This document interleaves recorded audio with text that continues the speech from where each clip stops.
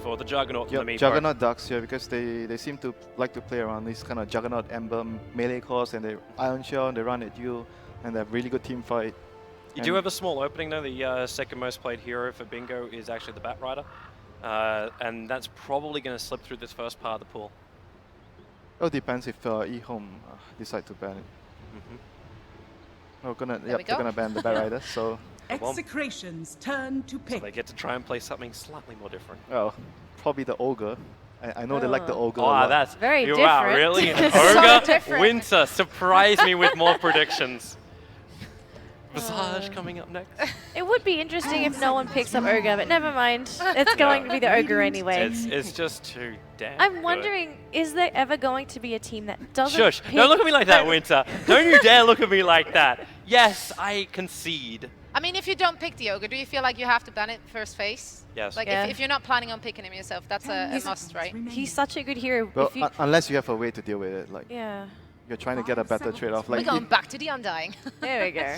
Undying, or you're getting like a trade-off. Like if you want a different hero, like for example, like a hero that you really want, like maybe for Execration, they wanted Meepo, they might have traded Ogre for the Meepo. Admiral Kunkka. Okay, Stardar and Kunkka. Interesting. What are your thoughts on Kunkka there? Well, Kunkka's not too out of the box. That's another one of the heroes the DDR has been playing. So, yeah, that's not too uncommon. Okay, Timbersaw Ogre. Gosh. Oh gosh, that's. It's a happy day, right? Timbersaw is great against both those heroes, Slardar and Kunkka. Well, like I said, Ehome.x prefers a lot more teamfight-centric supports, which is Kunkka. They want to make sure that whenever their supports get level 6, they smoke in, they try to take a fight, they take a tower. That's basically how they run their system. And for Execration, they focus on lanes. They're going to be very dominant in the lanes. Like both of the teams have very different priorities in terms of the picks and how they want to run their heroes. Like for Ehome this game, Kunkka is a hero that I would say it's really greedy now as a 4-position hero. You don't really help your lane that much at level 1 since the nerfs to Torrent, so I expect the Ogre to just really pressure the lane and put Ehome in a really bad spot and Timber to get a lot of farm. They need to make sure that they get a carry and a position 5 support that can actually, at the very least, deal with that lane. Which one would you think would deal with it best? Position 5 heroes, maybe like you need like probably Wave Clear, Dazzle or Kunkka. The reason I say that because the way you deal with the lane is you need to push out the lane. You push out the lane with a Dazzle, the heal bomb, level 1, the creeps come over. You push the lane out and you pull your creeps. That's the only way you can deal with that lane. Like apart from those heroes, I think it's pretty difficult to fight the Ogre and Timber together. You still got one of the other big heroes in the pool still, like the SD is also in the pool.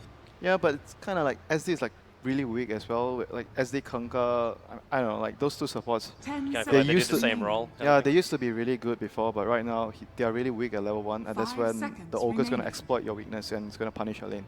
I mean, they could do that with a Luna at the very least. The lane should be... Unless you get like a killer. Like instead you just wait until like that level, I don't know. level 2, level 3. I think the lane is going to be really hard for them. I think probably their best bet is to push out the lane and pull and let the Kunkka do his own thing. Like they need to get levels. They can't just let the Timber and Ogre pressure the lane. And they're going to remove, Ehome's going to remove the Naga and Alchemist. The cheese heroes, according to Winter. And they're kind of like the cheese hero. And because you're having a Slardar plus Kunkka strat, like you're going to have a lot of heavy single target focus, and those heroes are really bad at dealing with illusion-based heroes. Alchemist and Naga are very good examples of that. And Execration going to ban out the Shadow Demon, not allowing the combo SD Kunkka. It's just more of a safety kind of thing. I like how they took out both the OD. Like the OD works nicely with the Kunkka. Disruption on the hero, the Kunkka can easily follow with the Torrent. You don't even need to wait for X marks. And it's one of the heroes that can deal with Timber, so it seems certain teams they have OD safe lane to deal with a problematic off-laner like Timber. They have a 100% win rate with Silencer in this competition. Yeah, they were really good at using the global in the game where they played Fnatic.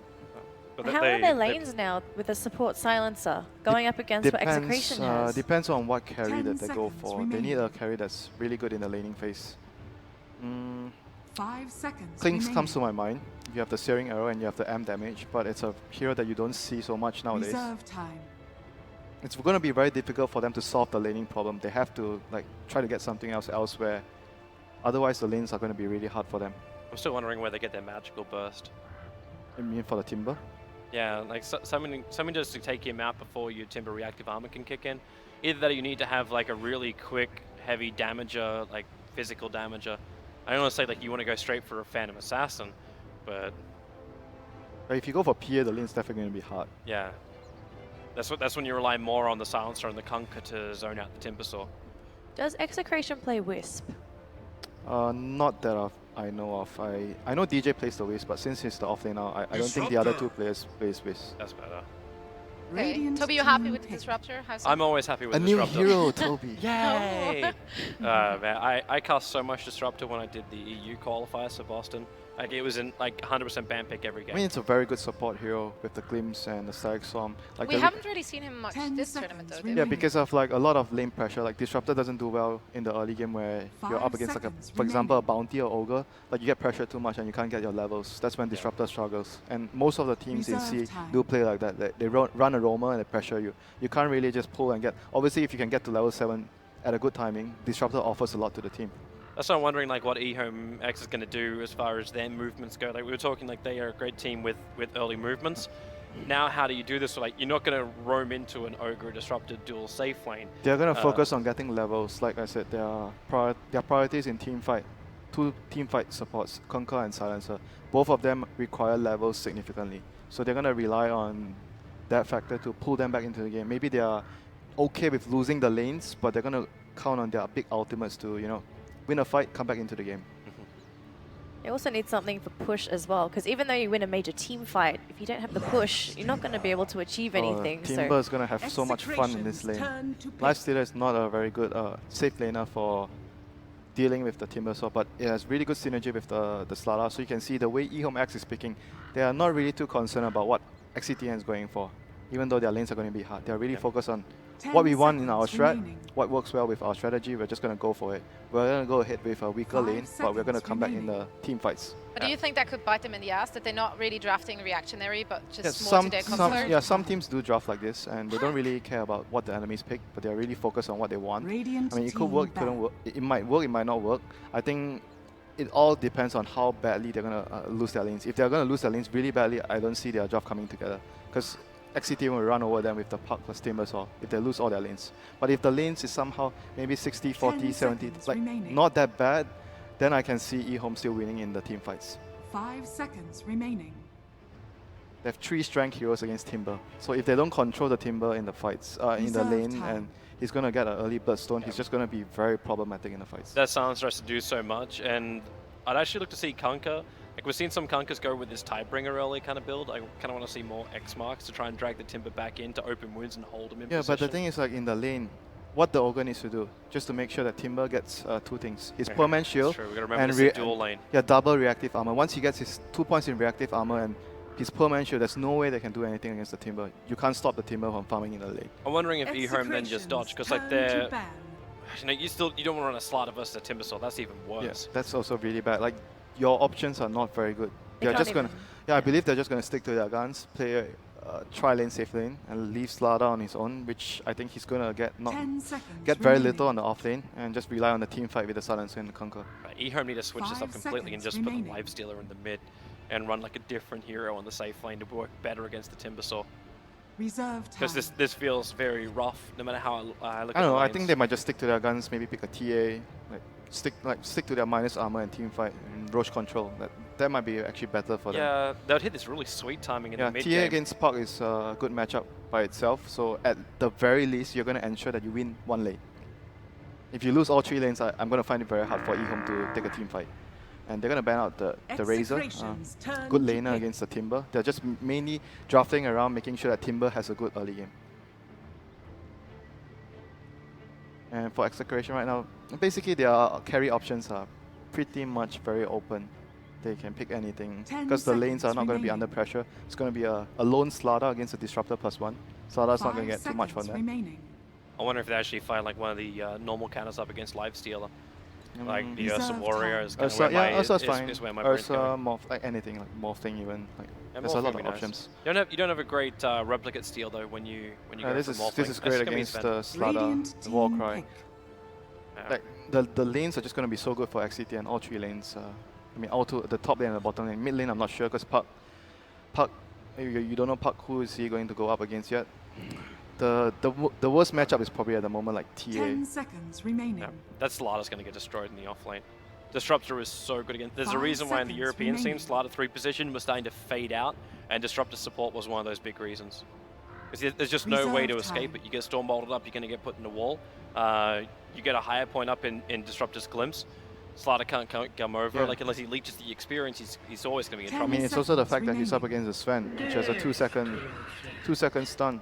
Now, Right. Prophet is the last pick for Ehome.x. What are your thoughts on that one? team fight. They're Team just fight. sticking to their guns. They're picking team fight. A lot of minus armor for DPLT. And this is the only push they have.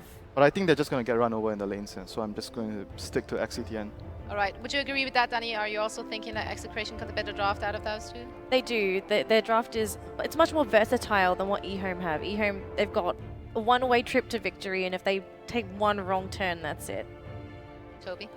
I'm actually going to back Ehome on this draft. I'm going to be Of the, course, the you don't odd- even you don't the even odd like sheep out. you don't even like Uh, Ogre. It's one reason I don't like Ogre. I actually think Ehome are going to get enough space in this early phase. The lanes might be just a little bit too passive from Execration, and Ehome will make the most out of their jungle a little bit more, and then their team fight will be unstoppable. Well, let's see if Ehome.x will be sticking to their guns and if that's going to work out for them in just a few seconds. And for that, we're going to head over to our casters, Durka, as well as Lumi. Hello guys, welcome. I'm Gareth, joined by Lumi. Game number 1 of the second series here at the ROG Masters from KL in Malaysia. And Lumi, what do you think about Ehome's draft here? It is very, very risky, as our panelist has told us. They need to somehow conjure up a Slaughter Blink Dagger. They need to get levels, and they are all doing it with bad lanes. So, Yeah. with that said, though, if they get it, you know, they have very, very strong team fight, but that's a big if. Can they get it? It's definitely something Ehome.x have struggled in the past couple of weeks is the laning stage. They very heavily focus on the mid game. Their drafts are always kind of mid game centric, but we'll get ourselves into the game and find out exactly what they'll be doing in these initial stages as well. Already smoking up towards top. Yep. They will not get seen by that ward, which Sven has laid out, but Sven may be in a very good position to break that smoke and get vision with that ward. I say that, though. Looks like they pinged them out, but there's really no initiation. I say that back in. that's a slow, double slow coming out, and I think Crush will come through. Abed may turn around. He will dodge, but, well, that's going to be first blood. We talk about how Ehome is going to have weak lanes. That is going to help, especially with just getting it on DP. Given to the DP, and you look at Pure T here. He's got Poor Man's Shield and the Lifestealer. What are they going to do with him? They're going to run the aggro dual lane we see a lot in China with Lifestealer +1, aggro tri-lane maybe with a Kunkka as well, or... Well, they're he standing up up to? here. They're not going away, so that seems to be the case. So it looks like they'll be just heading towards mid with that DP. Of course, Bingo there with that Slardar. How's work out for them? Like you said, he needs that Blink Dagger up and running and might need to just kind of sit in the jungle for a while and find that Iron Talon farming. Execration, well, just sit around the bottom rune spot and one apiece. With the Silencer, Ehome have been loving to run this hero in the hard 5 role, which was kind of normal in China. A year ago or something, we saw a hell of a lot of Silencer for that blanket safety. You can initiate, jump in, no one's going to stop you. Can they do that against heroes like Timber and Sven, who are so tanky? I mean, Timber and as well as Sven, you capitalize on them initiating into you. You pop the global and you try to win that fight within that couple of seconds. They are so tanky that I'm not sure where the Silencer is enough. With that said, though, I think Silencer, a lot of people often underestimate how much damage his nukes do. But hold that thought as we have quite a bit of action up top here. And speaking of Silencer, he is very squishy. We'll be giving up the second kill of the game here to Execration. They're not done. They've actually set the Ogre up at top, but this does mean he can't really roam around and control mid, so just towards the mid lane. There's Death Prophet, who is a lane dominator, right, looking pretty decent against Gabby's poke so far. As bottom, Slaughter just going to go in for a crush there, trading hits with Timbersaw. But this isn't a Timbersaw you want to be battling up against. Whirling Death straight back into his face. Just kind of a battle of regen at this point in the early laning stage. So normally you see Ogre Magi, helping out the Timber on the bottom lane, but obviously Timber already has the lane advantage, so Ogre is free to do whatever he wants to do, and right now he wants to control up the top lane. This does not change the fact that Ehome is still weak in the laning phase. I say that, it seems like they are going to go on the aggressive here. Torrent will hit on Rappy. I don't think he'll go down. They really need the Silencer slow to be in effect here. Silencer Gumming Ghost, and there's that slow, and that's going to be a kill. +2 in. Priority is getting smarter and smarter as this game progresses. Nice little sort of micro body blocks there as well from the Lifesteal. Start stepping in front of the Ogre to make sure you get as many hits in as you possibly can. As a Torrent, just trying to disrupt that pull from Chemo. But Abed has been forced away from creep wave. You know, he's kind of dipping himself back in. It's such an offensive lane in all terms here from Ehome.x as Lifestealer leads the CS 8-1. Death Prophet pretty much toe and toe with the puck so far. A couple more denies for Gabby mid, but it's really the bottom lane where Execration are going to get a huge amount of momentum, right? This Timbersaw should free farm, should do very well against the Slardar. You know, you say that though, Zexbingo is actually keeping up. I mean, eventually he's going to get out-regened and outlasted in lane. For the most part, he is keeping up. He actually has a point into Bash. Not really going to set up too many kills on DJ, but it's good harass. I guess you don't want to pop sprint and then get whirling death or anything like that, right? You're just trying to get the hits in. Again, contesting the rune here. Rappy forced back. Oh wait, is it just going to be more CS for the Lifestealer at this point? They'll try and zone him back away from the pull as Abed going to look for the stun. There's no point in rage here. Again, it's this kind of aggressive build with 2 in the open wounds, but the ignite from Rappy still chasing on to LT. Silence the squishy hero caught in the kinetic field with the turn to fight against the Ogre. He's got so much armor though. Pure T is struggling to do the damage and Silencer. Oh, he's caught with the stuns and he'll go down again. Chemo to continue back onto this Kunkka, and they've put a lot of damage behind them, but they've got no mana left. So no more stuns remaining, but they cannot bring down this Ogre. Such a strong frontline hero for Execration. I mean, you can see Ehome.x's game plan up here. They understand that Disruptor doesn't provide too much in the early laning stage, especially when he's level 1 and 2. Abed now gets open wounds torn up, and he looks like he will be going down. He pops the mango, gets a 2-man stun off, but I think the slow and the right click should be able to get him down, and that's yet another kill, plus 2 more int to LT. We keep saying that Ehome.x has the weak lanes, but they're trading, and I think that's all they really want. They just want to trade evenly. Yeah, they're going to get that armlet in a timely manner on the lifesteal. The DP, again, just going on to Gabby, who jumps back into his orb. Does dodge the Crypt Swarm, and yeah, he's got the high ground advantage now, to be honest, up against Just. Launching these right clicks in. Gabby has another orb in 2 seconds time, but he won't be able to hold out for long enough. He's going to throw and maybe look for it now, but Gabby wants that 4-minute rune. And this is going to be dangerous for both parties here as Gabby throws the defensive orb. Gets be able to jump away with it. Yep. And the reason that Just is playing so aggressive, he has the raindrops. So he knows he could take the orb and without too much worry. Okay. All right. I don't know why I'm doubting Gabby. Gabby won MPGL Season 8 off the back of his puck. Yeah. Made some amazing plays involving buying dagger in the middle of a fight in a side shop. So he knows this hero in and out. So when you look at bottom lane now, though, you know, DJ he's wave cutting. He's saying, right, bingo. It's not your lane anymore, really. I've got a poor man's shield and a Noble Venom able to harass him back a fair amount, diving under the tower and looking to really press forward with what advantage he has. 26 CS now. He's a good amount of last hits as they go on the Silencer again. It's going to be a simple kill, honestly. The Torrent will slow things down, and the Arcane Curse, again, a bit of damage back onto them. But Execration, they get blood. I mean, they're getting a couple kills on Silencer, but do you feel like they're actually winning in this lane? Lifesteal is still farming, right? I mean, Sven, he's 13-2, he's getting CS, but Sven is a hero where you want to accelerate incredibly quickly in the initial sort of 10 minutes, right? Get your helm, your tread, stack Ancients, and then you burst onto the scene 20 minutes in. This way, everything's going to be offset and delayed, and you won't have that timing where it's in with a puck. As top lane, they go back into Chemo with a Torrent, and we'll set up nicely for another kill. Rappy still a tanky Ogre. They've got the rage to increase that attack speed on Pure T, but it's not enough. And Silencer doesn't have... Does he have a point of Glaives? I don't think he does. Just got the Arcane Curse and the last word, doesn't he? Yeah, LT actually, I watched him play Silencer many times. He never actually levels up Wave of Wisdom in lane. He just feels like the nuke and the slow is just much more important in these fights. And as we see them develop, it seems like that is going to be the case. Chemo porting in mid here, I think refilling Gabby's bottle. I say that though, looks like we're going to have a combo being just dropped on Just, but Just turning back in. Windrup's doing a lot of work, and Gabby phasing. He gets glimpsed back. He looks like he should go down to a couple more right clicks. Ooh, Chemo with the last tick here. Able to do the job. Very close.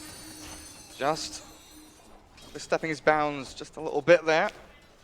Abed, he's sitting by this tier 1 top lane, so paranoid and afraid of what Ehome has to throw at them. You know, Ogre's tanky, and you've got the Warcry on Sven. They can potentially bring him down, especially now Pure T is looking at phase boots. His laning phase suddenly becomes a lot more vicious up against this Execration safe lane, and they've moved Ogre down bottom as well, so you've got to realize that one of their big strengths on this defensive tri lane has actually moved. Rappy, they're going to go looking for a kill here, I guess. The Timbersaw Chakram and the burst damage he's got, just a stun and an ignite to make that Slardar stand his ground would have been enough if Bingo hadn't moved up towards top lane. Yep. Realizing that the Ogre's hunting for him. Well, he is scouted though by a dire Observer Ward. I gotta say that the panel focused so much on Ehome.x getting getting wrecked in lane, right? I feel like they traded evenly. I think this is okay. And I feel like Ehome is going to get into a stage where their ultimates are going to take over the game. Do you feel differently? It's very top-heavy for Execration, right? They've got the Timbersaw, who's now TPing at the top with the Chakram down. He's going to get taunted up, and now, bingo, he arrives to the party. DJ, if you TP'd into your death here, he's got Timber Chain as well, but, well, the stuns come through, but not fast enough, and DJ's regenning back up. Pure T trapped in the Connect field. Oh, man, you get out of this one. He's got no rage, and he's got no life. Taken out as Gabby TP's in to help out DJ. Tower gets denied here by Execration as well, so I gotta say, if you look over to the skill build of Slaughter, no amplified damage. And, you know, he was mostly skipping it for the laning, because honestly, you don't really need it. Timbersaw has so much armor anyway that -10 isn't that much anyways. But in that engagement, I gotta say, if they had amp, they get that kill. Yeah, DJ would have died.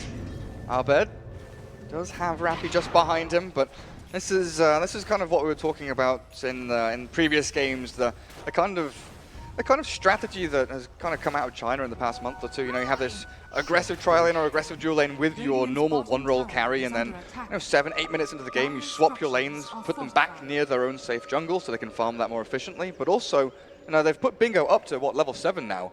He can actually go and stay top lane without too much of a struggle. I mean, level 6.5. Yeah, staying top lane is one thing, but getting farmed there is another, right? Like, right now, we're looking at Slaughter getting that blink. That is kind of the glue that ties all of these big team fight ultimates together. So Bingo, to me, he's definitely not the star player of the team, but he's the player that you can rely on. Oh, for sure. Bingo. I mean, speaking of big ultimate, oh god, yeah, big ultimate, Stack Storm with the damage of DJ. This Slardar has got stick charges and a sprint and a crush as well. Bingo! He just slipped himself out of that with a turnaround here. The Death Prophet's looking for a bit of damage back onto the Timbersaw and gets the kill. Oh, just TPs at the right time. Man, Bingo had infused raindrops, a 10 charge magic stick, and fairy fire. Yeah. I guess Execration really overestimated their nuke damage, but you know, you see a Slaughter with half HP, he turned on sprint, you could make a go, right? But great TP from the supports on the side of Ehome.x, and they get a return kill. Gabby turning around, sees LT. It looks like LT is going to be the freebie. Coil's going to get committed, maybe denied. Right clicks here from Puck, and Puck does have the 2 no talisman working towards Veil. So the right-click damage has been impressive. Oh, absolutely. I mean, Silencer, you know, dropping again. We are still waiting for that big ultimate to come out, which is a big part of Ehome.x's kind of mid-game team fight, right? You allow the DP to survive through a lot of these initiation tools that Execration have, the Storm Hammer, the Dream Coil, and it stops the combos coming out of the glimpse into Static Storm. Yeah, not having Global right now isn't the biggest deal because they're not really committing for these big team fights, but yeah, give it a couple more minutes where bolts are coming out, the second DP ult is coming out, then you want the Global to be online by that point. But regardless of whether these ults are online or not, Ehome smokes up again. Just is going to be leading the charge, moving the jungle. I think they're poking at Timbersaw? I don't know about this. The roaming Death Prophet. I mean, she's already taken, you know, tier 1 mid is gone, tier 1 top no longer standing, and they will wrap in behind the Timber, and the little pebble thrown by the Mud Golem. In comes the Lifestealer with the slow, but the Static Storm has dropped onto 2 of them. DJ, he just chains out, but the X-Mark back at the turret will keep him held in place for a little bit longer. The trouble, they don't have the damage to kill him. DJ barely escapes. I don't know what kind of swarm Just was firing, but he did not fire it at the Timbersaw. That was a guaranteed kill. A lot of commitment. All 5 hero on the side of Ehome.x. Purity even coming in with the Mud Golem. The 2 small Golems, unfortunately, unable to drop off the secondary stuns. It looks like they're going to transition it into a push. Man, if Timber was not alive there, they're going to get the tower regardless. So that's twice now. DJ is kind of, you know, fortuitously escaped thanks to Ehome kind of allowing him to. The TP will come from Execration. They've got the Dream Call land on the one. The silence is out though. They've got this global to maybe turn it around. Pure T decides, nope, not worth it. But Just, he's standing, looking for a 1, gets the Ogre, but secondary kills not to be had as Gabby just hides in the trees. I mean, if you think of it from Execration's perspective, right? They pushed down our tower, but RP's ultimate, or DP's ultimate's down, so let's fight. Global's down as well. Yeah? Oh no, well, Global was, I mean, the decision to take that fight. Yeah. They got Global. DP had no ultimates, and they still win that fight. We keep saying that Ehome is relying on their ultimates, but in that particular case, 1 Global was enough. I gotta say, I feel like Ehome.x is being underestimated, at least from their perhaps one-dimensional draft, but they're definitely making it work. I'm sure they have a lot of experience, you know, playing these drafts. It seems like this is all they play, actually. aim for the mid game. Aim for the mid game. And Sven, he talks about how he likes to accelerate. He's got himself treads, lots of haste. Is this going to be an armlet build from Sven? Seems like it. Not seen that in a long while. We used to see Ditcheron do it a fair amount, where he'd go Helm the Dominator or Puck initiated top rune spot. Going to try and go in, but the all the way with a phase shift. I don't think they've got any more control to hold Gabby in place. And slippery little devil little Puck is, gets back to safety. But Abed, yeah, on this Sven, we're so used to seeing the good old Helm into Echo Saber. Ditcheron used to do the Helm disassemble, then into armlet, back into Helm. Yep. But see what Abed actually decides to go in for. Well, not having the Helm definitely is hurting his stack game. I mean, his supports has been stacking for him, but you got to keep in mind that most of the time the supports were kept up top because of the aggression that Ehome.x had on them. So the support game has been slowed down. And even with the stacks coming up, you see this ward over the Roshan Cliff. It's spotting everything out.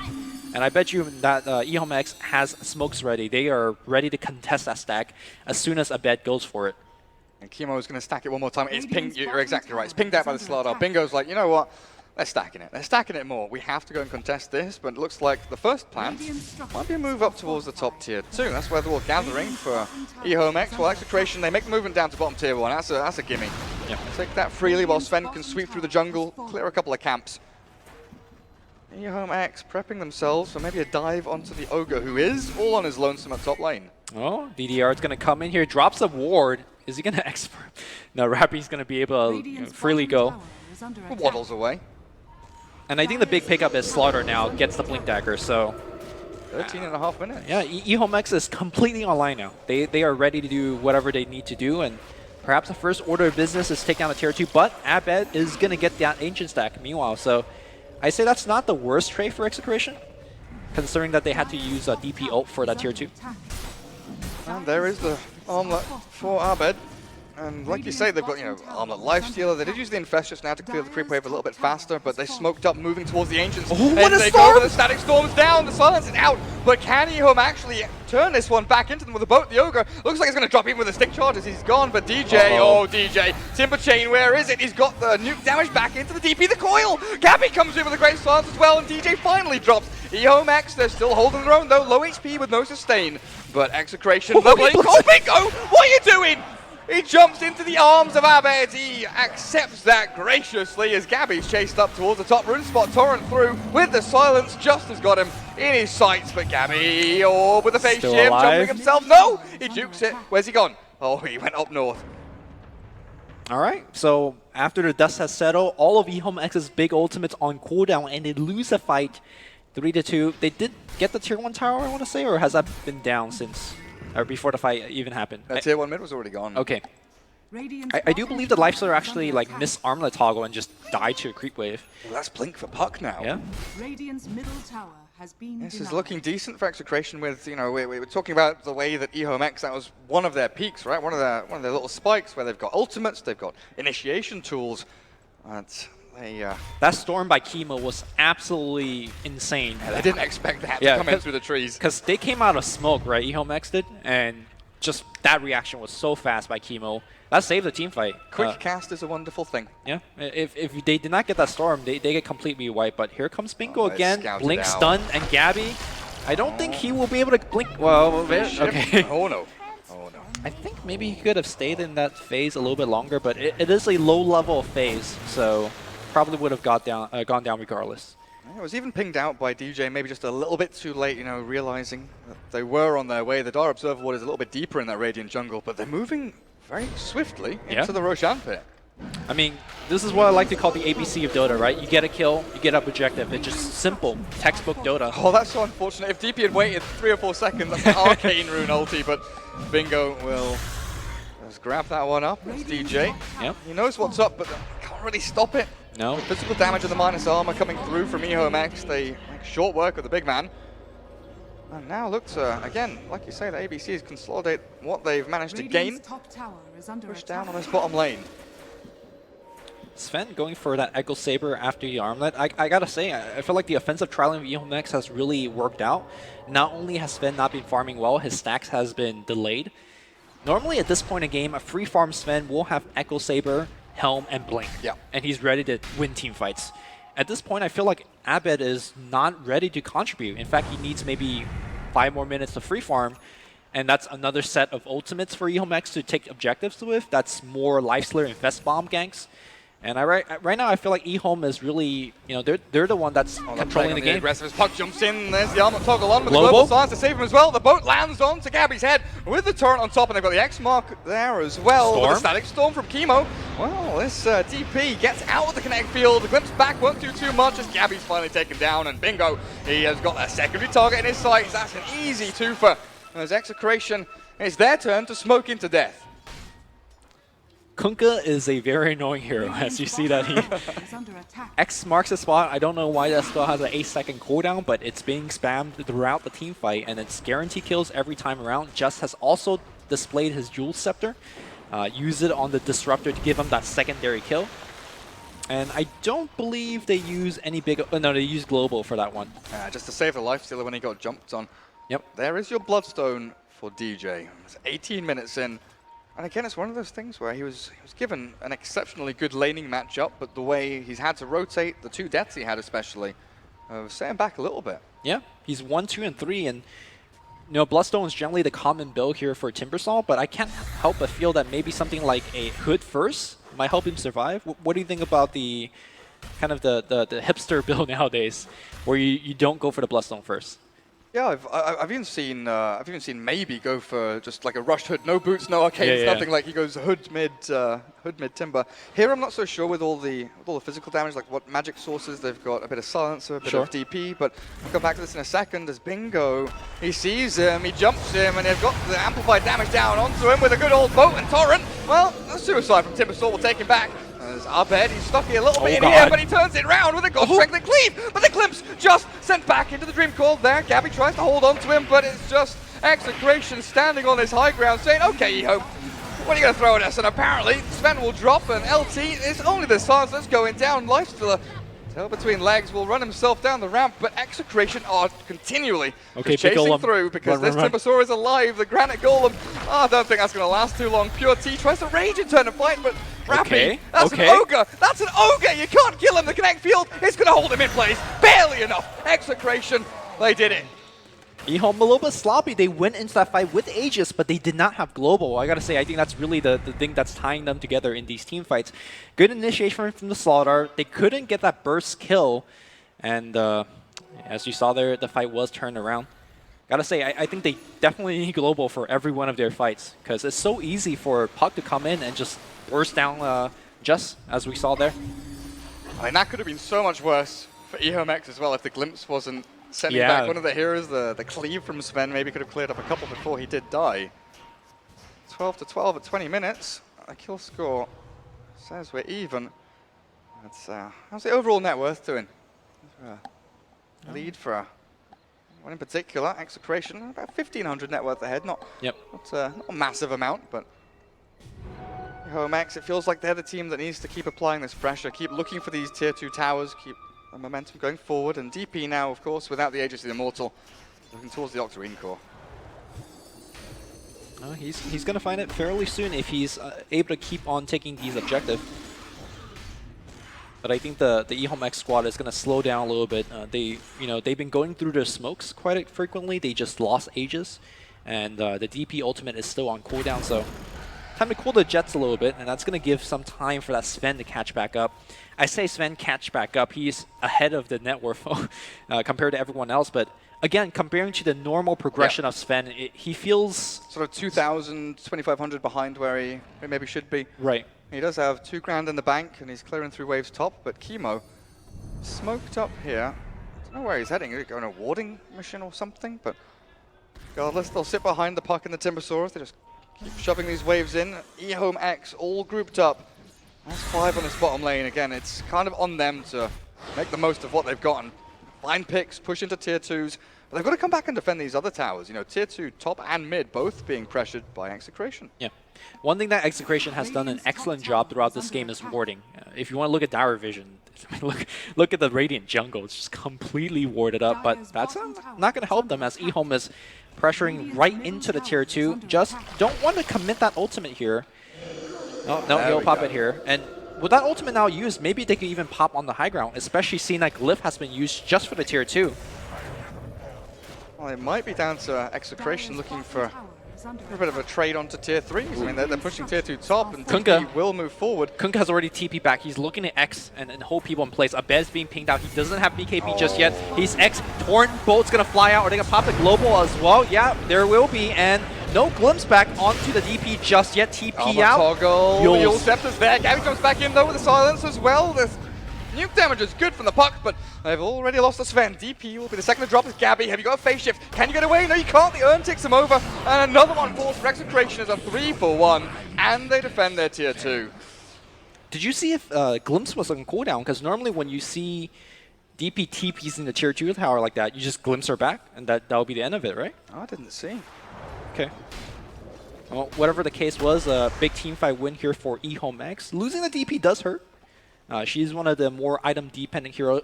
I think she needs that Octarine, like you mentioned, and a Shiva's Guard on top of everything just to make sure she doesn't die to the Sven. And that's quite a lot of gold for her to farm. Look at that. Slardar with a hand of Midas. It's like they just want to try and make sure they keep the gold ticking over for him as Lifestealer and DP. You know, it follows on from what you're saying. They're going to be taking a lot of the farm. The priority will be those two heroes, while Slardar is known for just jumping in, initiating, maybe getting killed off in the team fights as Rage TP from Pure T. Yeah. Put him back in the fountain. Well, I gotta say though, getting level 16 is very crucial in this game to kind of counteract the Warcry, and as well having access into BKB, right? It really renders the puck as well as the disruptor somewhat useless in the mid to late game. So a Tempesaur as well to some extent. Yeah, so I say BKB is gonna be the big pick up here for Zexbingo. And just still on the bottom lane, trying to piece together an item, but he is being pincered. Oh god. Okay, Yules. TP? His TP got, well, he cancelled it on his own right just to try to run. He does have high movement speed, but looks like he will be where found. He's gone. Well, smoke just broken. Him? They're looking in the wrong direction. Oh, there we go. Hello. Yeah. Justice found. DP. Well, he sent them on a merry little chase around the trees and in the jungle, but DJ adds another bloodstone to his stack. He's broken even now. Back to 12. Well, normally you say, look, we just got your mid-core, let's go push, but Ehome.x, on top of things, in fact, they are pressuring the mid-tier 2 without their own mid-heroes. So, trying to make sure that they don't lose too much ground. Oh, look at Gabby, though, just clearing wave behind them. No creep wave in front of tier 2, so never mind. But tier 3 up top, under siege as well. That's going to force Abed to be ported back. I've got no reaction to this on bottom lane though. You know, DJ can just stand his ground and do whatever, but it's mid lane where they will look at the fight. The Blink Crush onto 2, cancel the Timber Chain as Pure T has a DD rune looking to get into this battle. The Static Storm is down, giving DJ a little bit of safety here. Double damage. Running back in, there's the Yule Scepter to cancel the TP of Bingo. Into the chakram he goes, and Gabby looking for a bit of a jump here onto Bingo, but he's got himself up on top of this ramp. They jump with the Waiting Rift and they will finally find the kill. Abed chases back. Glimmer onto Cape. The silencer. The Glimmer Cape is there. They know they're pinging, but where's LT gone? They can't catch him. I don't know if he makes it out of there. He does have They've one. gone the wrong way. Oh, the juice. They've gone the wrong way. Angles are broken that day here. LT does have Glimmer Cape in 2 seconds. I don't think they have detection either. Looks like LT is going to make it home. I say that the DJ is really gunning for this kill. But Pure T's here. Lifestealer is going to be that barricade, making sure they don't continue chasing. Definitely very action-packed game 1 here. The ROG Masters. Second semifinals. We are trying to see who will join Team Secret in the grand finals. Do you favor one team or the other given, 25 minutes of gameplay in terms of taking the whole series? Do you think one of these teams is flat out better than the other?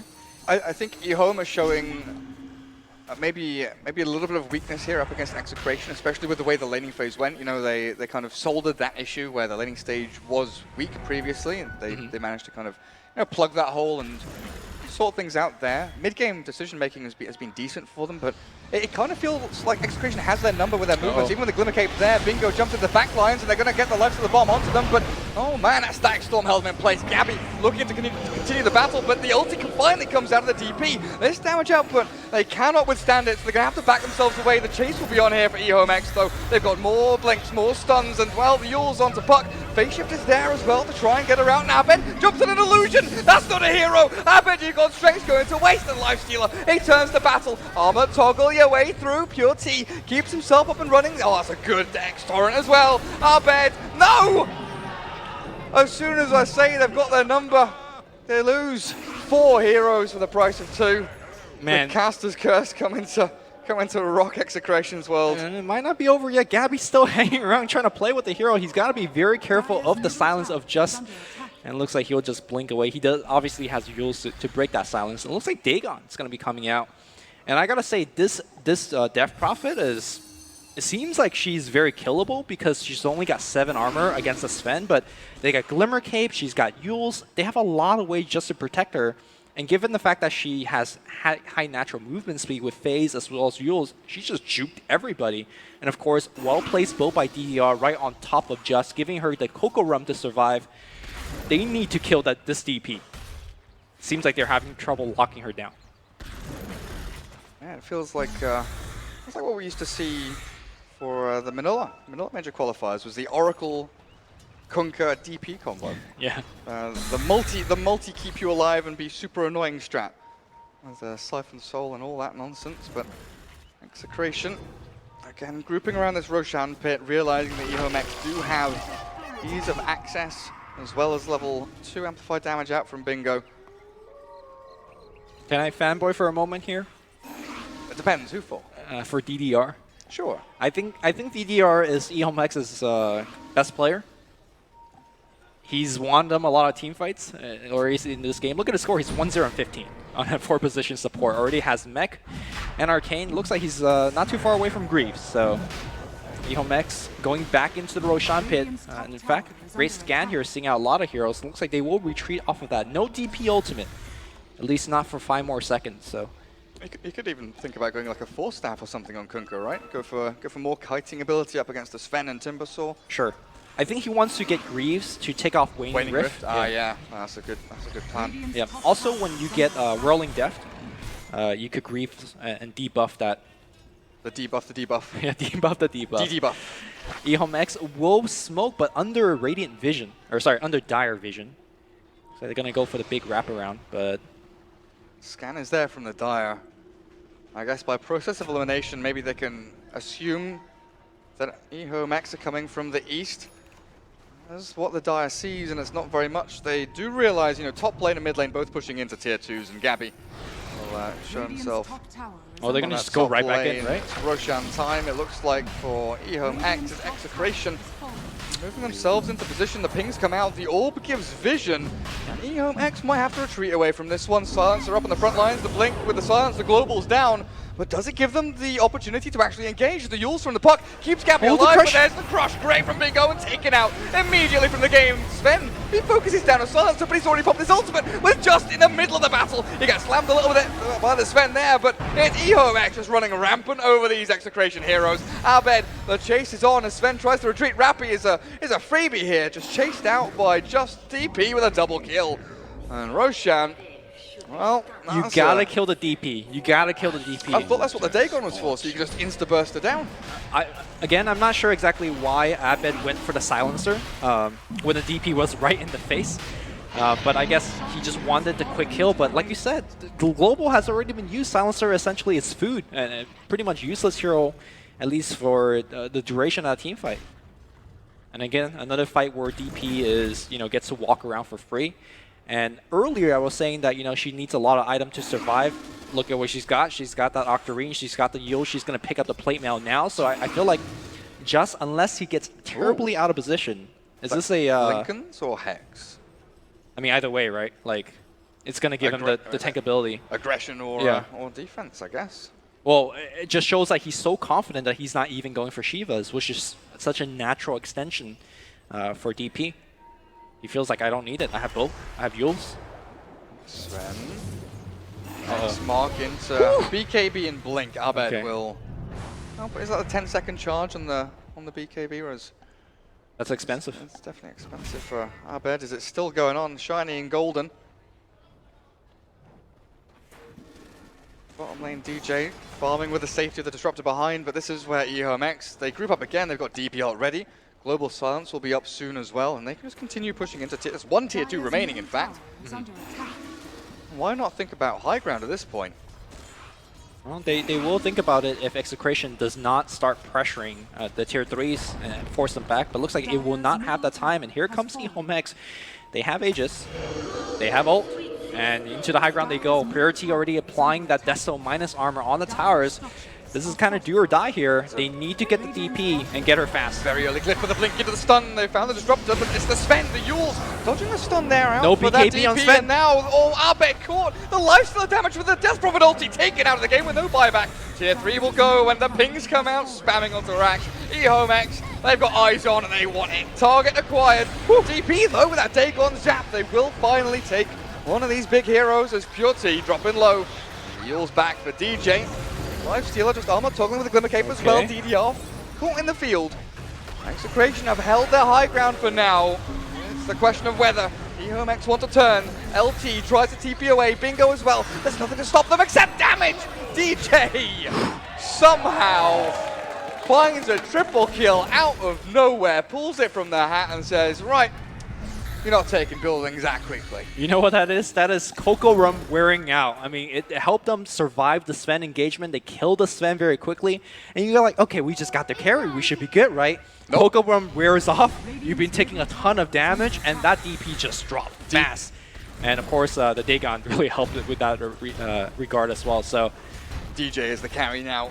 2100 gold, 2600 with the tower last hit. Bloodstone, Shiver's Guard, Yule Scepter.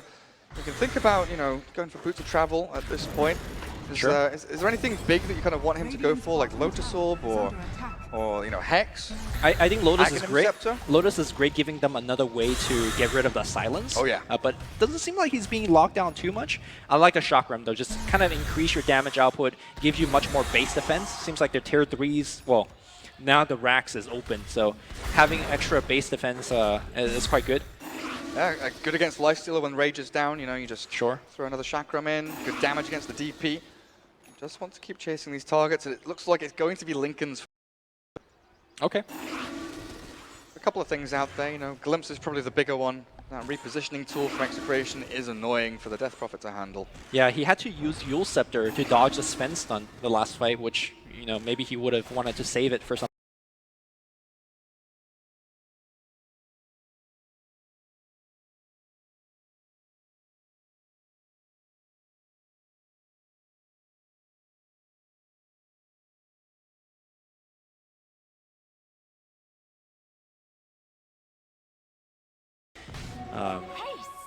You know, if you had the Lincolns for that fight. Yasha and Plate Mail for Pure T. Lifesteal. I mean, with the Plate Mail you think about AC, but is the Yasha for a Manta style? Is that just that is the interesting one. Yeah. I think it's somewhat too late for the SM.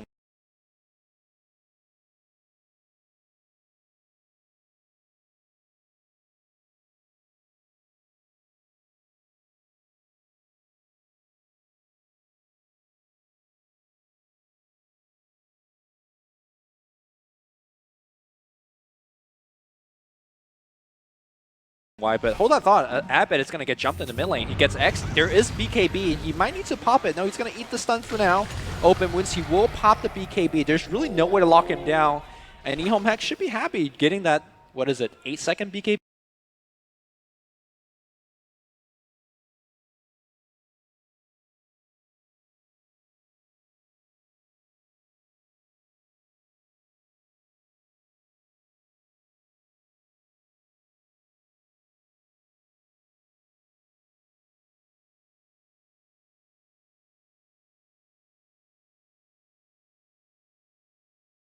Gabby just going for a chip damage there, and that will be enough to dissuade. The late game is not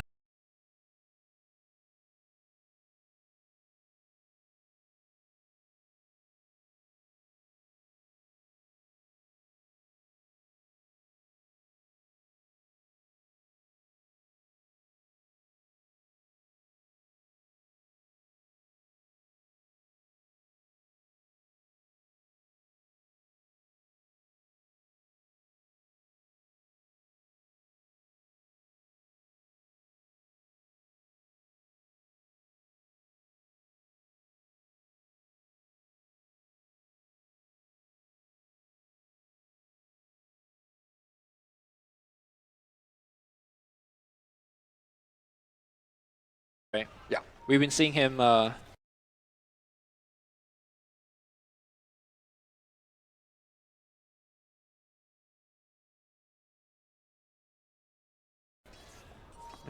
long as you don't fat finger him. Yo, Zex Mingo. They know he's They there. ping him there. Ooh, he Oh, blinks. Sven is going to trip BKB and try to run away. In fact,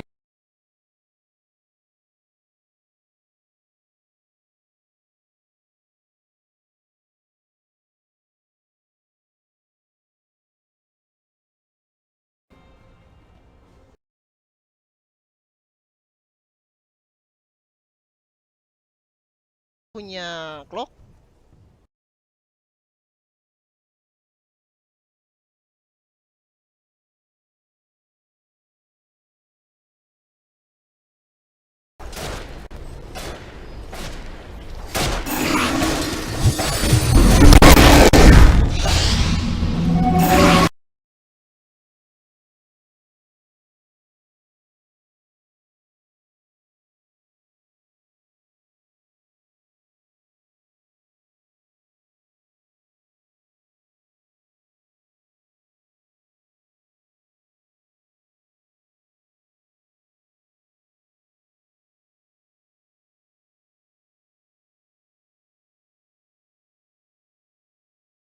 Answer. But in the end,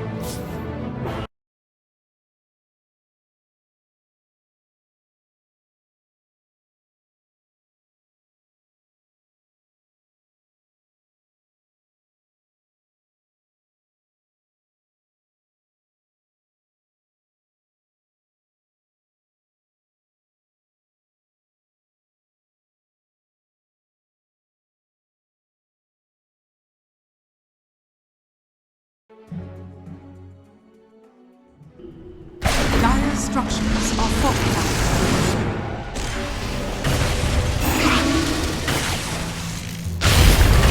Dire's middle barracks is fortified.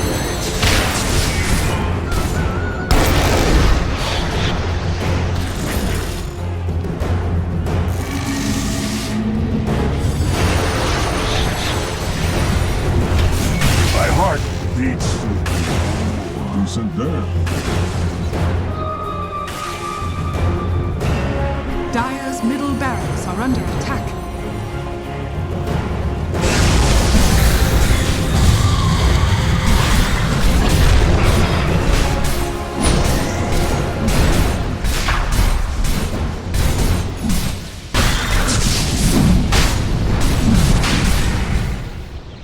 Roshan has fallen to the Dire. Greetings! Life can never be too long.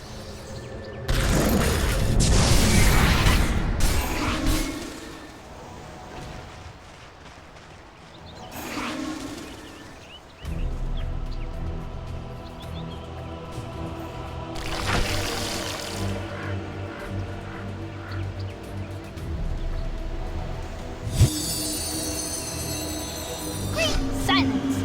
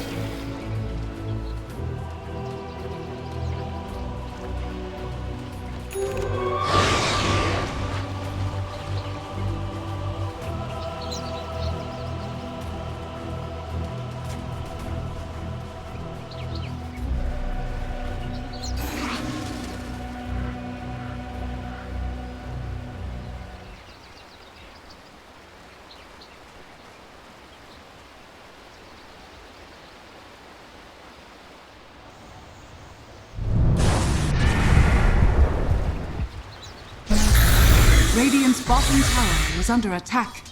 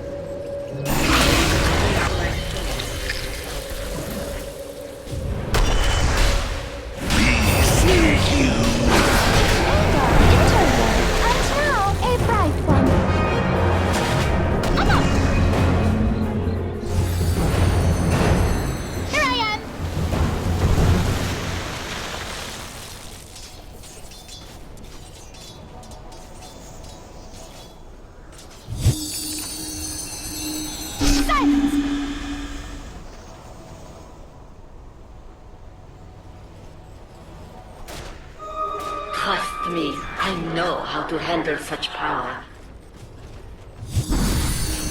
Behold, silence!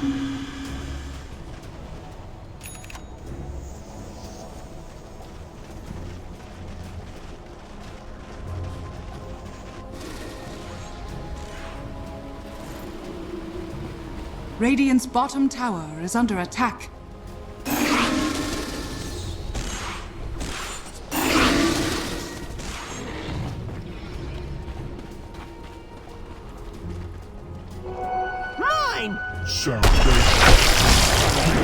Before my time.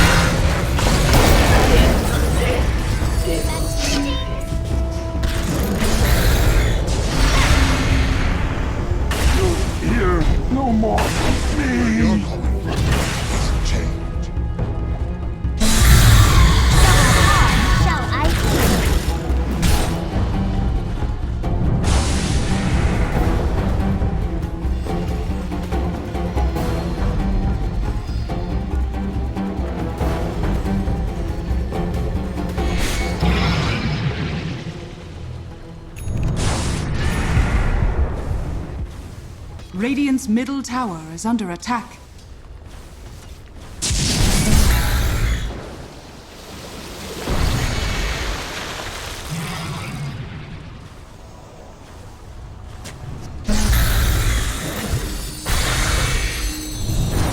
Radiant's bottom tower is under attack. Radiant structures are fortified.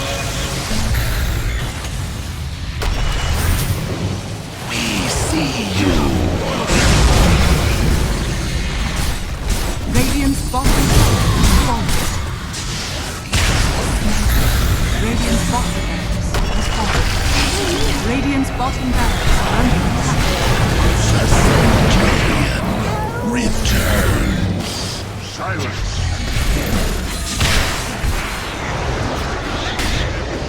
You're a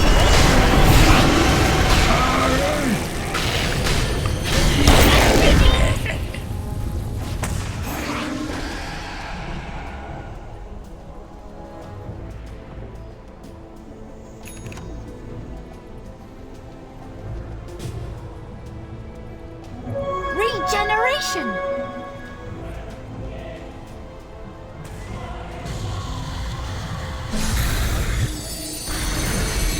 Here I am!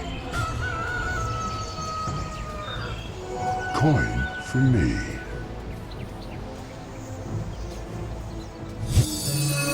Behold!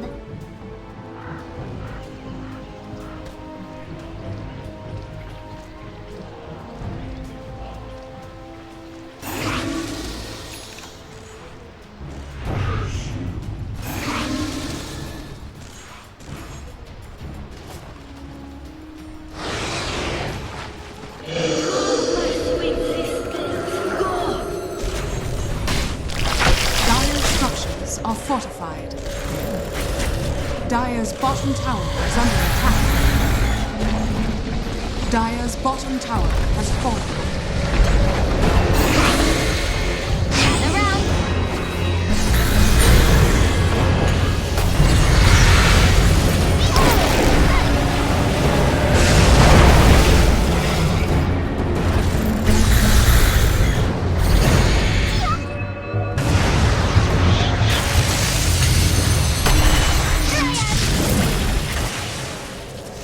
Radiant's bottom barracks are under attack. Radiant's bottom is Silence! Dire's middle tower is under attack.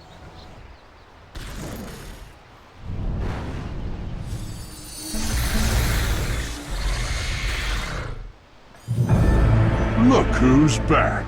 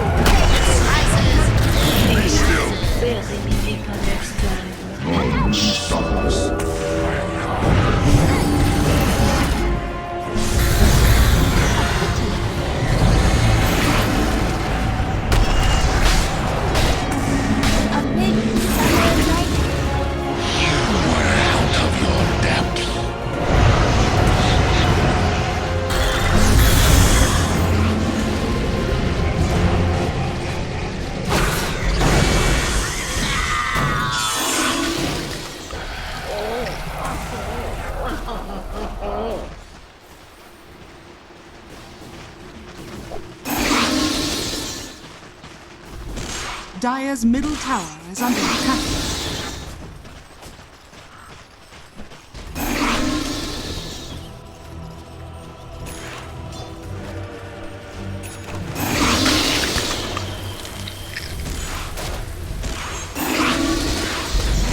Dire's middle tower is under attack. Dire's bottom barracks has fallen. Dire's top tower is under attack.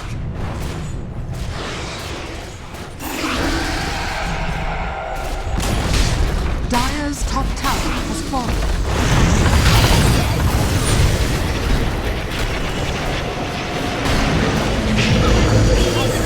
Dire's top tower has fallen.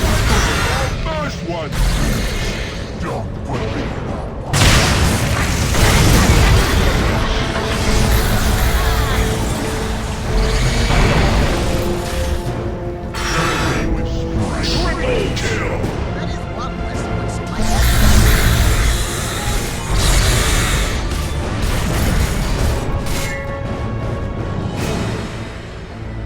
Illusion!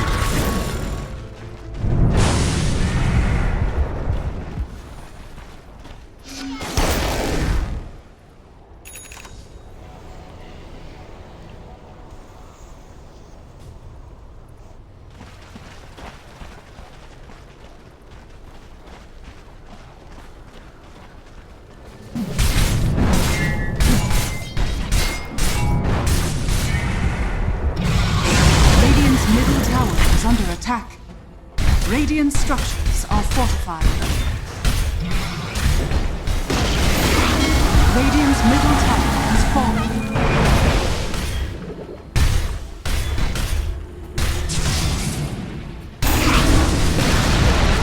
Radiant's middle barracks are under attack. Radiant's middle barracks has fallen. Radiant's top barracks has fallen. Radiant's middle barracks are under attack. Radiant's middle barracks has fallen.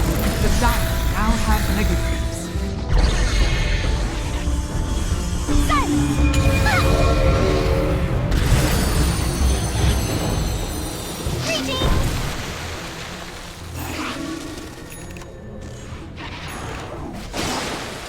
I'll take that.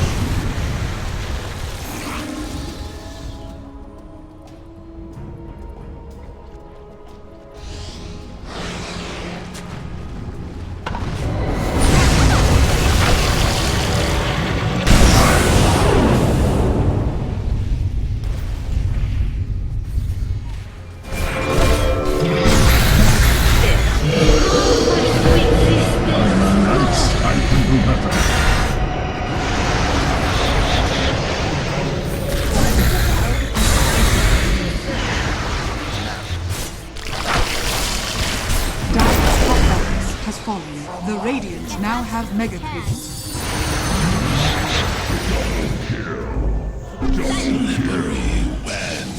You alright?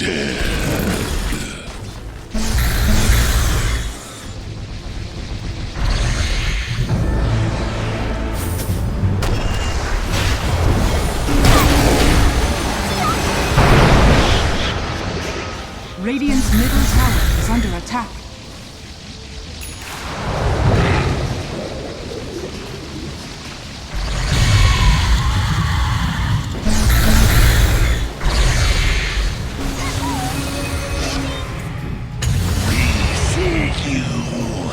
Radiant's middle tower is under attack.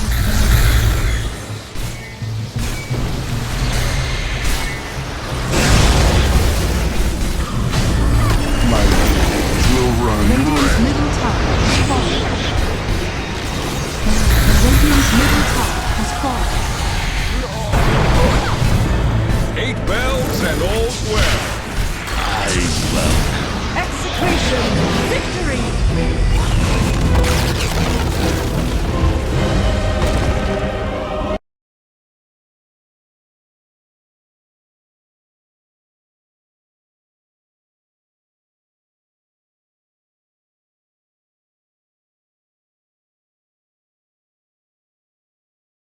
Execration didn't apply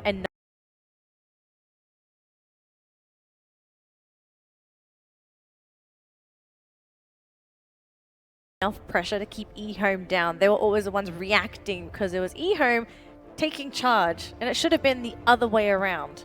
So I think It's kind of difficult though for them to do anything else. Like Death Prophet already came off cooldown, they're pushing down towers, so they're going for Roshan, they're adding a lot of pressure, and then you got this like hitman combo of the Life Stealer and Slider, because Slider got his Blink Dagger nice and early, like pre-20 minutes. It was roam, fight, and then when you know you're already like one player up, you can easily take those objectives. And I think that's why Ehome like actually played this really, really well. They understood like we didn't want to see the Slider versus Timber because we thought Slider would get absolutely shredded. He got crushed. Which he did. Ehome understood the sacrifice had to be made. But it was a really risky move. What if they lost the top lane and bottom lane lost? I agree. By default, they lost 2 lanes, and game would have been super hard. Yep. But somehow they managed to win the top lane, and they lost the bottom lane. Mid was like 50-50, so they had a really good fighting chance. Like you were saying, like as long as it's not like 70-30 to Execration, like it should still be a very close game. Because of the team fight. Yeah, and it felt more like it was 60-40. And then during those team fights, Ehome.x actually, they displayed a lot of really great team play. I mean, I know there were some really sloppy fights as well, where you can like point a lot of fingers, but we also saw some really nice moves from them, like glimmer stacking and that kind of stuff. Danny, your thoughts on that? The glimmer stacking on the Death Prophet, like she was practically unkillable. It was like glimmer cape, split second of opening, then glimmer cape, and it was like she was taking such minimal amounts of damage that they couldn't take her down, and because there was so much emphasis on them trying to kill her that it gave so much time for the rest of his team to react, to kill them, while they're so focused on killing a hero that is immortal. Yeah, that's actually something Toby pointed out. Like, they don't respect the damage from Ehome.x. That's, I think, something you even said twice. It's like when you get through a full duration exorcism, you're already pretty happy with your life, but it wasn't just the fact that, it was the fact that you had this Spirit Siphon going on this Ven, who was already falling behind in the net worth, and then you're able to control his movements, so even if he does have money, he doesn't inflict any level of damage. Yeah, I think half the fights were won because they went on a DP and they couldn't kill the DP. Because Sven was like, I think he was actually really, really poor at that game. You saw him getting frustrated, like Gareth pointed out, like the fact that Sven jumps on like silence, was like, oh, I'm going to go on this guy yeah, now. Like why would you jump? He's doing it, he must be out of frustration. It's like, I can't kill this guy, I can't kill this guy. But then this again, guy can kill. he should have gone. Don't care. He should have gone on DP in particular that fight because his teammates was nearby. Like even if he couldn't burst him alone, but he could have used the stun to set up for, especially the Timber, to just finish the DP. As we are talking about specific fights, we actually have some replays for you. So the guys once more are going to walk us through, and the girl, of course. I always say guys. Is that a what is the correct term for both? Peoples. The people. The people will people walk us through. of the panel. The people of the panel. So people, please. Dota fans. Just call us Dota fans. Okay. Dota fans. Okay. All right. Well, people, you have to talk now. I mean, this is from really early after the laning phase where they started to swap Sven away to other lanes. This storm right there, that saved the But still, it wasn't enough because of the boat. Like Ehome's team fight is just way stronger at this point. And the fact that Silencer also wasn't caught into it. Like you get the storm down, it's like, oh, this is gonna be really great, and then Global Silence, like, I can't do anything with it. I think that thing the global silence, we sort of seem to forget that it's not just global, but it's also boat. There's 2 great disengages here for Ehome, so they have a second chance if they have one of the supports available, so that they can throw a boat, they can throw a silence. It gives them a chance to re-engage if something backfires during the initial start. Yep, but the thing is, like the way they wanted to play the fights is once the Slara jumps in, they pop the global, they want to immediately blow someone up. If someone doesn't die, and XCTN uses their like war cry and they run around, they wait out the Kunkka's rum. Once that runs out, they can just reinitiate with Timber and Puck. Those 2 heroes are heroes that want to fight a very long, drawn-out fight because their spells have very short cooldown. The longer the fight goes, they deal a lot more damage. So basically, Ehome wants a really, really short fight, and XCTN are always looking to draw out the fights where the fight's mostly that they win. This was one of the big fights we were looking at because we're like, where's Glimpse? Where's Glimpse? Why is Death Prophet being allowed to stay here? The trade-off was the fact that Ehome.x is potentially going to take out that bottom racks. Should it have been the Death Prophet to be glimpsed back, or do you feel like it would have been a bad move because she had Exorcism and they were next to T3s? It's kind of like 6 of one, half a dozen of the other. You're going to chip away at the tier 3 tower and bottom lane, but you're probably going to be able to win that top lane fight. And then this was crazy. This was XCTN just throwing their lives away. They initiated him. This is that initiation we're talking about with Sven just taking out the silencer. He could have just gone on the DP right there, yep. But he chose to go for the easy pick off on the silencer, which have already blown on his ulti. So he was basically not that important anymore in the team fight. But I guess they didn't expect Gabby to be blown up. He got Yules, and Slara just blinked over and just walked over and got the stun after the Yule, and he just died out right away. So I think maybe they didn't even expect that to happen as well. So they kind of lost the fight because of that. This game was so scrappy on so many fronts. I mean, Scrappy. Like, let's just walk into Scrappy a is four-man like boat. Scrappy is like better for Execration because Scrappy means the fights will be drawn out, and that's what they want with the Timber and the Puck. But you still have to give props, like even though it does, like if Scrappy's going to be our new word, Ehome.x was still able to kite out really beautifully. Like we talked about the Glimmer case before. There's also the Yule Scepters. It's the Scythe of Ice. It was the chaining of the silencers. So we have to remember that Death Prophet was throwing out her silence too, really restricting the movement of the Puck. And when the BKBs got lower, this became more and more important.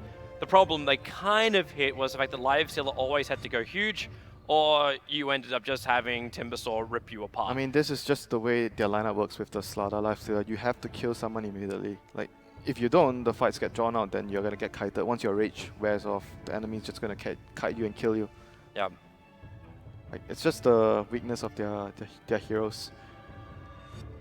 Like, this game is just really difficult at the start because the Sven from XCTN was really poor. Like, from the laning phase, he died, didn't get much farm. And then gets kited, so even then his net worth doesn't mean anything. I mean, I would say like Puck and Timber did most of the work. Puck and Timber did most of the work for their team. Yeah. Which actually, we should also give some extra credit to the Disruptor. Like, I think Disruptor's ultis always seem to be really on point. And kind of split the Ehome lineup where they didn't want to go. There's a couple of bad moments, like you glimpse out Death Prophet on 10% HP, so she survives a little bit longer and gets more damage out with her Exorcism. That happened a couple of times. But I don't think they used the Ogre really well. Like, this is not a good example of a game where Ogre is a very strong hero.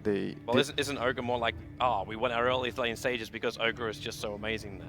Yeah, and they did not play very well. And like their team play among the Ogre, the Disruptor, and the Sven in the laning phase was not good. This was a team fight that Ehome severely lost. This is when they lost both their axes. So what happened? What happened? They YOLO'd for the Mega Creeps, but they couldn't get it, and XCTN won the fight here because Ehome used their buybacks to try and get the Mega Creeps, but they couldn't finish off the last racks, and XCTN came back and they just like pushed the other way and they got the Megas. Yeah. Now, at the very end, we were actually wondering because Execration decided to go for triple racks rather than for throne play. Now, you said they should have gone for throne. You said it's a really hard call to make. Maybe walk us through as like why was that so risky for them? Well, I was more worried like what would happen if Ehome.x came back and they found that initiation with the Slider and Lifestealer. But like with so much on the line, it's like always the safer play to just get the Mega Creeps first. Because what if you go for the throne and something unexpected happens and you don't even have Mega Creeps and you have nothing to fall back on and you just lose after that. If you get Mega Creeps first, then you decide whether you can get the throne. At least it's already Mega Creeps. Yeah, you're right. Like the timing would have been very close. It's very difficult. Yeah. Hard call. But if it worked, Ehome would never have had another chance to have a crack at it, and we could be looking at a very different result at game number 1 if that initiation just worked right, and it really didn't. So Ehome.x really just lost because Execration was like, okay, you're going to fight into our base, we're in a better position, we win the team fight, we push down mid, and off we go. Wait, are those all the exact same picks and bans? 10 Correct me if I'm wrong. Yes, no, that is literally exactly the same thing. Also, I think the only difference is Juggernaut and Darkseer are in a different order. Oh, come on, Chloe. No, actually, Shadow Demon and OD are also in the wrong order.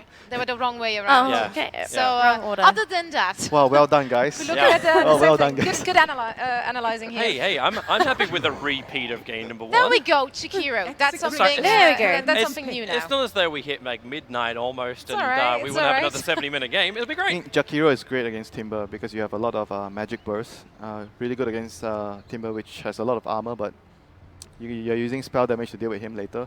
10 seconds remaining. Good with the Konka as well in terms of the Axe Mark into Ice Path. Very good setup. 5 seconds Just very good synergy between the heroes. It's very similar to the first game draft. They don't really care about what the enemies pick. They're just going to pick what they want with the lineup. And I kind of also love like Jakiro not requiring, 1, any mana, but 2, he's a support that does so much pushing that it doesn't even matter what you got in the off lane. Like if Slada has a half decent lane with the Jakiro there, you're good to go. And you're talking about dual lane, Slada plus Jakiro. Yeah, I'm actually thinking dual lane Slada plus Jakiro. Yeah, but then you have a Kanka, I don't know.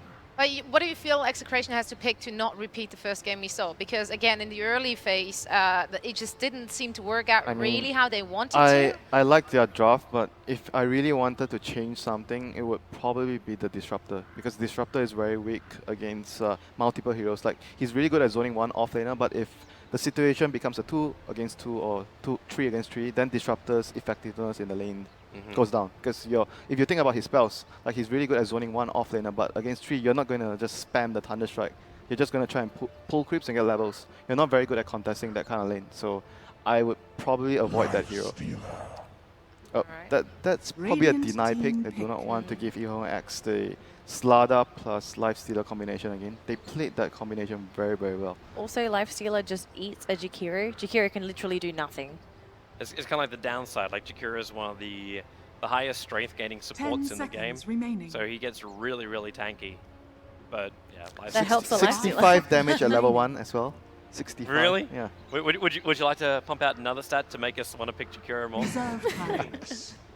Oh, that was yeah, that's something you actually wanted to see in the first game, Clinks, right? Better lanes and good synergy with the Slada, because if you are really worried about the Timber plus Ogre causing a lot of problems, you need a very strong laner as a carry. And Clinks / Razor are 2 very good examples of carries that can provide a lot in the laning phase. I love Clinks as well as Jakiro too, because they don't care about the deep push. They have no care about it whatsoever. They just take the tower. They're so good at it. So if Ehome manages to take an objective, killing off a hero in 1 lane, for example, you group up, Jakiro, Clinks, that tower's dead. Yep. So it's practically Execration playing on... They've got lives, and their lives are towers. They make one mistake, that life is gone. Yeah, but before everything happens, you still have to go through a laning phase. I think if XCTN plays their laning phase much better than the last game, they would not have struggled so much. All right, Toby is not pleased with that pick. Toby is not pleased. He plays a good punt. Come on. I'm not against that, but if he doesn't get a good start in the lane and doesn't get his heals up too quickly, an Orca Clinks is going to rip to shreds that puck. Yeah, you just need to probably adjust your build. Maybe not go for the Veil first. I don't know. There's a lot of ways. Just get it earlier. Yeah, I think he's going to skip the Veil. You can leave. He might still get the Veil depending on how fast, how well he does in the lane. It all depends. I don't think. So then we should probably look more towards Ehome's mid laner, because that's the last box to tick at the moment. Yeah, Execration's looking for 1 more support. They need a mid laner that does more more carry duty, because right now their safe laner is a Clinks. So you don't really want to run a safe lane, like a single core Clinks. You want to have another DPS hero. I feel like they might. Would they be able to get away with something? Actually, no, I'll take that back. TA probably is. TA is where my mind's going. TA is probably one of the better choices, because you have Slada, and then the matchup against Puck is super good for TA. Yep. It's pretty much the same thing I said the last game. Yeah, I was about to say, I'm pretty sure you wanted that one already. It's still a rinse and repeat, and he asked 2 games against I mean, now he gets his they practically open a draft and ban the same heroes, so it's going to come down to the same. And she is banned. See you later. Shadowfiend would be a good replacement. Are you a fan of Shadowfiend? I do not mind Shadowfiend, but are you trying why do you look at me with that one? Yeah, right. Wait, so Winter is drafting to please Toby. Is that how he wants to see new heroes. He's trying to appeal. Toby, is this a good enough hero? Shadowfiend's okay, but I kind of prefer when you get to run something like a Clockwork instead. So the SF gets the unbelievable the souls. The max souls at level 1. It's unbelievably easy to do. For Execration right now, they're looking for their lane support, the dedicated lane support. Yeah, who is it that actually I mean, maybe this is still an easy dual lane. You can run the Clinks as well as the Conqueror as a dual safe lane, then a dual off lane with Jakiro and I mean, just a strong lane. They just need a strong lane. Dazzle maybe with the Weave for the Slada, or just. And Jakiro loves going up against a Lifestealer. Or even a Witch Doctor. I think they just need a strong lane. That's all. Witch Doctor's fine. Yeah, strong lane, and Witch Doctor cast is very good against the Slada. Silencer. Okay. They steal the hero. Radiant team pick. Good lane. I mean, Silencer plus Lifestealer, still a very strong lane. Why do we fall back into the same situation where, if Execration doesn't have a really good laning phase, Ehome is going to destroy all their buildings. TPs are going to be Execration's worst nightmare. If they don't have disposable disables. Fire Blast. Fire Blast. Yields. They're going to get yields. Obviously, but during the laning phase, it means Ehome's going to be able to get a lot of TPs off, assuming they get them off on time. Dragon Knight. Oh, they're going to just, really this is all the push. All right. Dragon Knight, Jakiro. But lane, I don't know, I'm just going to stick to Execration, because their lanes look much better this time, like the last game. But I don't know Ehome if they're going to just run some weird lanes and try to, do an aggro tri-lane again. Well, it was a close one in the first one. Toby, what do you think? I'm still actually leaning more towards Ehome again. just because I think they're going to survive. Like, we're going to see the same kind of problem with Execration with the early laning phase, where they just don't take control of it. And if they do, then we eat our words, we have a 2-0, and everyone goes home tonight. Wonderful. That sounds good. If not, we get to have our wonderful third game decider, and Ehome will probably win this game in probably like 30 minutes or so. Okay, Danny, who do you think is going to have the upper hand? I'm going to back the Dragon strat. All right, Dragon strat it is. Let's see how the turnout is going to be, and for that, we're going to once more hand over to our lovely casters. Thank you, Zoe. Lovely casters. Lovely game 1. Hopefully we'll get a lovely game 2. Same first phase picks and bans. Second phase, it's a bit of a turn there. Jakiro comes out. Yeah. Silence of Lifestealer picked by Execration this time, and not Ehome.x, as it's a very quick start into the game as people are TPing around, smoking around, getting observer boards down as fast as they can.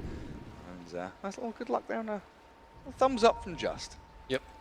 I know the panel really focused on the draft, but one thing I want to touch on before we move into game 2 is the fact that that was a hell of a close game 1. And Ehome.x, to me, that was a crushing defeat for them, right?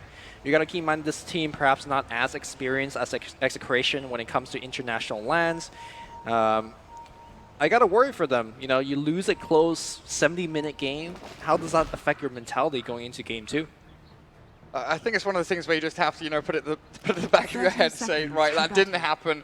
We're just going to have to think about this as or how much do you want it, you know, I guess. Oh, God, Lumi, yeah, how much do you want it? You know, just think about it as a fresh best-of-3 game. What didn't happen, you just have to win it 2-0. Okay, fair enough. Just think about it that way. Execration, like Winter said, laning phase, it's always one of their strong points. No different this game, looks pretty solid. But Ehome.x, I want to talk about their draft a little bit before we get these little rune battles. Doesn't look like anyone will really contest.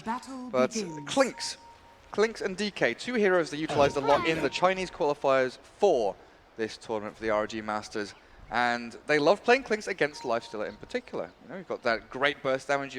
Sure, you've got a lot of HP that Lifestealer can maybe feast into, but you've got a lot of armor as well, being an agility hero. And if you go for Desolator, if you go for that Orchid build into Bloodthorn, you've got great ways of dealing with Timbersaw and Puck as well. So Clinks maybe could be that linchpin hero here for Ehome.x, but just on a DK, how do you think he's going to fare up against Gabby's Puck? I'm surprised he didn't start with the Poor Man Shield, because I feel like with the Poor Man Shield, you're much better at it. The Fire Breath as well as the Dragon Blood would help out. He does have 2 Iron Root branches, which I imagine he'll eat in conjunction with the Tango. So, long story short, I think he'll be okay. Yeah, he's already got 3 last hits, including one of the range creeps. 4 from the first wave looks pretty good for him as Slardar just jungles away, but this is where the Jakiro comes into play, right? Good damage against Rappy with the Torrent down as well. Ogre, you're tanky, but you're being slapped around by DDR's Kunkka, luckily. Gets back to the safety of the tier 1 as DJ given a little bit of breathing room there on this off lane. You know, I'm really surprised they went for the Ogre instead of DJ. DJ does not have reactive armor yet. In fact, he's only got 0 armor. Should be a very easy kill. Should they went for him? Looks like he's torn up in the air and ignited up. That could be first blood here. They're right-clicking him down. The fire is burning him low, and he's going to have to pop that salve. Rappy comes right back after a suicide. One thing I do want to mention is I don't like the Dragon Knight plus Clinks pairing. I feel like neither of these heroes are great at solo carry, and you play them as like the secondary for the team, right? You really want a harder carry to pair up with either one of them. It feels like they're playing with 1.5 core or maybe 1.75 core, if that even makes sense. Feels like they sort of pigeonhole themselves into that tower push, right? Where maybe they get a certain amount of farm, they hit that kind of critical mass, and then they try and snowball with what they've got and get that lead through towers as Gabby. He's forced the Dragon Knight back a fair amount. DK's got his bottom. Arrive, though. Yeah. One thing we haven't mentioned is that Zexbingo has avoided the top lane, which, you know, to be fair, he would not have gotten anything done. He's jungling, which is pretty standard. Yeah, full-time jungle with the Iron Talent. Arbed and Kimo up at top. Bingo, he will finally join in for a little bit here, as double range creep means, you know, a bit of golden experience if you can get those last hits down the bottom. Invis Rappy, the sentry ward has been dropped. by Ehome.x, and Rappy, I don't know if he realizes they can actually see him here. He goes initiating into Pure T and trying to do as much damage as they can with the dual breath and liquid fire. Rappy caught in the torrent as well, and with the searing arrows. Ogre, what have you walked into? Well, he's walked into death. And first blood goes to LT. DJ might suffer the same fate. No timber chain, but he's got reactive armor. The trouble is, Jakiro, magic damage straight back in his face with the right clicks of Clinks and a couple of slaps of Kunkka. Torrent faked out. Oh, will they need it? No, it doesn't look like they will. The final searing arrow finds another. And Execration, that was on their terms as mid lane. The dive in. Gabby looks for the kill. Phase shift, get him away from the tower, but he's got vision. Somehow he sees the DK behind the trees. But Gabby finds the final blow. Phase shift again, and he will be okay. That's where you say, DK, where's your pro man shield? If he had that, he would survive. I like that. The pro man shield. Yeah. The pro man shield. Only pros get it. Defensive tri-lane here from Ehome.x working out so far, but this is the strength of the Ogre, right? Even though you died twice there, you're kind of sucking in this attention from the Jakiro and from the Kunkka. So mid lane, Dragon Knight suffering a little bit, you know. Yeah. Execration are winning the other two lanes. Handily, in fact. I think DK shouldn't honestly have died there, but Gabby, you know, one of the best pucks in the world, never mind just C, so taking advantage of perhaps the less experienced mid player. Also, by the Ogre keeping both supports here, you know that the stacks are not going to be too efficient for Ehome.x. I gotta say though, I really appreciate Priority's build. Both games in a row, we've seen him going for the very offensive build. Remember last game, he didn't even have Rage till like level 4. He was actually like maxing Open Wound. Here, he actually took Strafe. Strafe was a very central part of killing that Ogre when he was torrented up in that previous engagement. One of the interesting things I noticed when we watched them during the qualifiers was that he would go for like a 2-4-4 build. He'd actually max his Skeleton Walk. He'd go for the max Invis and wouldn't go for the max Strafe, you know, just get the cooldown and all that as low as you possibly can, because he was very mobile, you know, once it got to like 10, 11 minutes. Right. Kind of similar to how Fear used to play the Clinks. That's normally how I think you should play the Clinks, but I think this game he needs to make an adjustment. He needs to really scale back towards more of the carry-ish role, right? Where you actually max the strafe and start taking towers. Going back to my point previously, with pairing up with the DK, neither of these heroes act super well as the ultra carry, so both of them really need to muscle up top lane. Bingo at top, you're right. Open Wounds will slow him down. Bingo does have a crush up his sleeve. He's looking for Chemo and will land it down. DDR, Torrent. Oh, not quite in time to save the Slaughter, but they might be able to find a counter kill as Chemo dips in through the trees, and DDR doesn't have the damage to finish him off. Execration, the dive pays off as mid lane. The Dream Core is there, just turns to stun. Oh, it snaps! He doesn't time it correctly. Gabby, he's still got the speed behind him, and they won't be able to find the nukes to kill him off. Just he wants to breathe fire onto Rappy. Oh, look at that, dancing around. Where's the breathe fire? Sound effects with Loom. All right. And I think this is what the Pano, or at least Winter, expected in terms of how the lane stage goes. The score is 2-2, but the cores are just farming much better on the side of Execration. Gabby applying so much pressure on this Dragon Knight. And you can see that the supports are, for at least Ehome.x, are more or less in disarray. They're trying to help out multiple lanes, and in fact, they're losing multiple lanes. And what does the Clinks do now? You can see the positioning of the Clinks actually behind tier 1 in the trees. DJ has been allowed to cut the wave and do what he wants. This is all down to that initial laning stage from the Ogre. You know, you draw them in and then you push them back out when you rotate. They're kind of forced to address the Ogre's movements instead of making movements of their own. Yeah, it's also about the fact that DJ has now 3 points in reactive armor. He is unkillable, at least within the next couple minutes. So that frees the Ogre up. He's able to harass mid. And, you know, then the Ehome support has to mirror, and they don't do as good job as Ogre. And one of the big strengths, of course, we were looking at the liquid fire pushing into tier 1 bottom lane, which just isn't happening at this point. Yeah, Clinks I mean, when you tri-lane Jakiro, he doesn't have that, you know, the level growth. Well, lifesteal up, closing in on 50 last hits. Top of the board, and no one really keeping tabs on him. Abed has had like a fully free lane. It's going to be super fast armor. He's got his face boots with the Blightstone as well, and pressure onto this tier 1. Bingo, he wants, well, he wanted to go, but couldn't get the damage onto Abed. Yeah. Now, you got to keep in mind game number 1. The reason why Ehome.x had such a close game, despite losing, was Abed was somehow still behind, you know, despite him having a net worth lead. I don't think Abed's going to have that trouble this game. He has a very natural vehicle of the puck getting into the fights. He had a free farm lane like you mentioned, so in fact, Xbingo is going to be in a lot of trouble with Rappi coming from behind, and Abed will be going down. Easy Rage should dodge. Well, actually, Abed taking a ton of tower damage, but shouldn't die. Yeah, there you go. Infest. That'll do it. And that's a kill for nothing. There's little to no pressure being applied from Ehome.x back onto Execration. In fact, it's the other way around. DJ, he's bullying Pure T out of this lane, and Klinks, I'm sure you've got the Death Pact up and running. DJ still has mana to go, and the TP's cancelled by Kunkka there. Doesn't want to... in fact, it was a just TPing in from the mid lane, but he got coiled by Gabby, so... Well, I think Ehome has officially lost all 3 lanes. Not what you want to hear. No.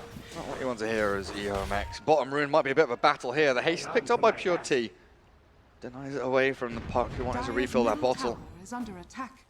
Normally when you have these kind of mid-game centric teamfight lineups, you say, all right, look, we lose some lanes, we're okay coming back. We're going to win a couple of team fights, get a couple of towers. But I feel like they are kind of hitting a threshold of how hard they've lost the lane. Yeah, I mean, just look at the map, right? That is a tier 1 tower bottom. Oh, yeah. Trying to go in on just maybe. Thinking about it. Gabby is Verti's dead. In behind the dust down. They all forward, and Chemo's arrived as well. They got the Arcane Curse onto Pure T. The X-Torrent, well, it looks like it'll be okay back onto the Silencer, and Pure T surviving for now, but the final stun comes through. The Arcane Curse still ticking over. Oh, Arcane Curse is going to die! He refreshed it! Oh! I think he could have just walked it off. I think he might have been able to as well. But you look at the map, right? Timbersaw has pushed the opponent's safe lane tier 1. Right. This is against the Klinks and the Chikiro, who are meant to do the same thing back into you. They're pushed top tier 1 with a Lifestealer. And it's not looking good these first 10 minutes. Top 3 CS and likely top 3 net worth definitely going to go the way of Execration, the way we've seen this gold influx from the towers. And Dragon Knight, Klinks, tempo heroes, definitely. And well, hitting that critical mass we mentioned earlier going to be so difficult. Yeah. I guess the only hope now is you look at your Slaughter and say, Xbingo God, please carry us back in the game, but he doesn't have the tools, right? He's got 400 gold, so it's going to be at least 5 to 7 minutes before that blink comes online, unless he finds like a lucky double kill or something. Pull an ice and get like a rampage or something, you know, dive in behind tier 2s. I don't think it's going to happen for Bingo. The other kind of shiny moment for the team is that the fact that DDR is getting near level 6. Especially if he buys the tome. In fact, he buys it immediately. Oh, Dust is going to find Purity in the jungle, and now he's actually going to get bullied down by 2 supports. Chemo dropping the right click. Looks like he should be fine with the DK coming back in. I say that though, here comes CJ. Global is going to get used, and it looks like that's going to be the first kill. Orban is Gabby, applies a Veil debuff on the Dragon Knight. Dragon Knight going for Chemo, pops the ultimate for the kill. He's going to go down regardless. CD is going to pour it out. But mission accomplished here by Execration. Trading silencer for both cores of Ehome.x. So huge as well, you know, with your first DK ulti of the game coming, you know, a couple of minutes ago, you want to push that tier 1 mid. With the second one, you want to get at least a tier 1 and maybe a good team fight. And that's 2 Dragon forms used with nothing actually gained by Ehome.x. Dragon Knight, he wants to be able to set the pace of the game and push into towers, but when you're using a Dragon form kind of panic mode there to get a kill on a silencer, you're not getting the most value out of your abilities by any means. As mid lane, they try and go in on Gabby with an X mark, face shift. There's no torrent, but there is a dual breath there with a breathe fire, maybe in a stun silence. Good from Gabby, all the way! And Gabby's outplayed the 3 of them. You know, if he had Dragon form there, you would have been able to range stun him. Absolutely right, Lumi. X mark and torrent will at least find Rappi, and well, they will have the damage to kill the Ogre. The trouble is, the puck. Oh god. Silencer getting a lot of damage back on top of them as well. The Jakiro dropping low with the Arcane Curse on him. Looks like he might die over to the side. He's ticking over. Oh, Purity runs into a Sentry Ward, and the Veiled Orb comes out. Gabby finds another freebie. And looks like somehow Jakiro on the backline has died. Now DJ coming in just does have the Dragon form up if he wants to. No, he doesn't. It's still cooldown. DJ go in. Abed's arrived as well. Armlet Rage and just, well, you're a DK with a lot of armor, but DJ don't care. Whirling Death and Chakram galore from this Timbersaw. And once again, DJ is getting a lot of money out of this initial 12, 13 minutes, you know, sitting 3rd in the pack, but he's not even too far away from the puck. Yep. And Execration is showing us why this is why you pick lanes that don't lose, right? Execration winning all 3 lane, making the game looks ridiculously easy. Especially against the pressure lineup of Ehome.x, you know? Yeah. They've now lost. Like, Ehome.x has no scalability, right, if they don't get towers. maybe the Zex Bingo Slardar could make some magic happen, but the third tier one will fall here. Execration, again, lining their pockets with this gold.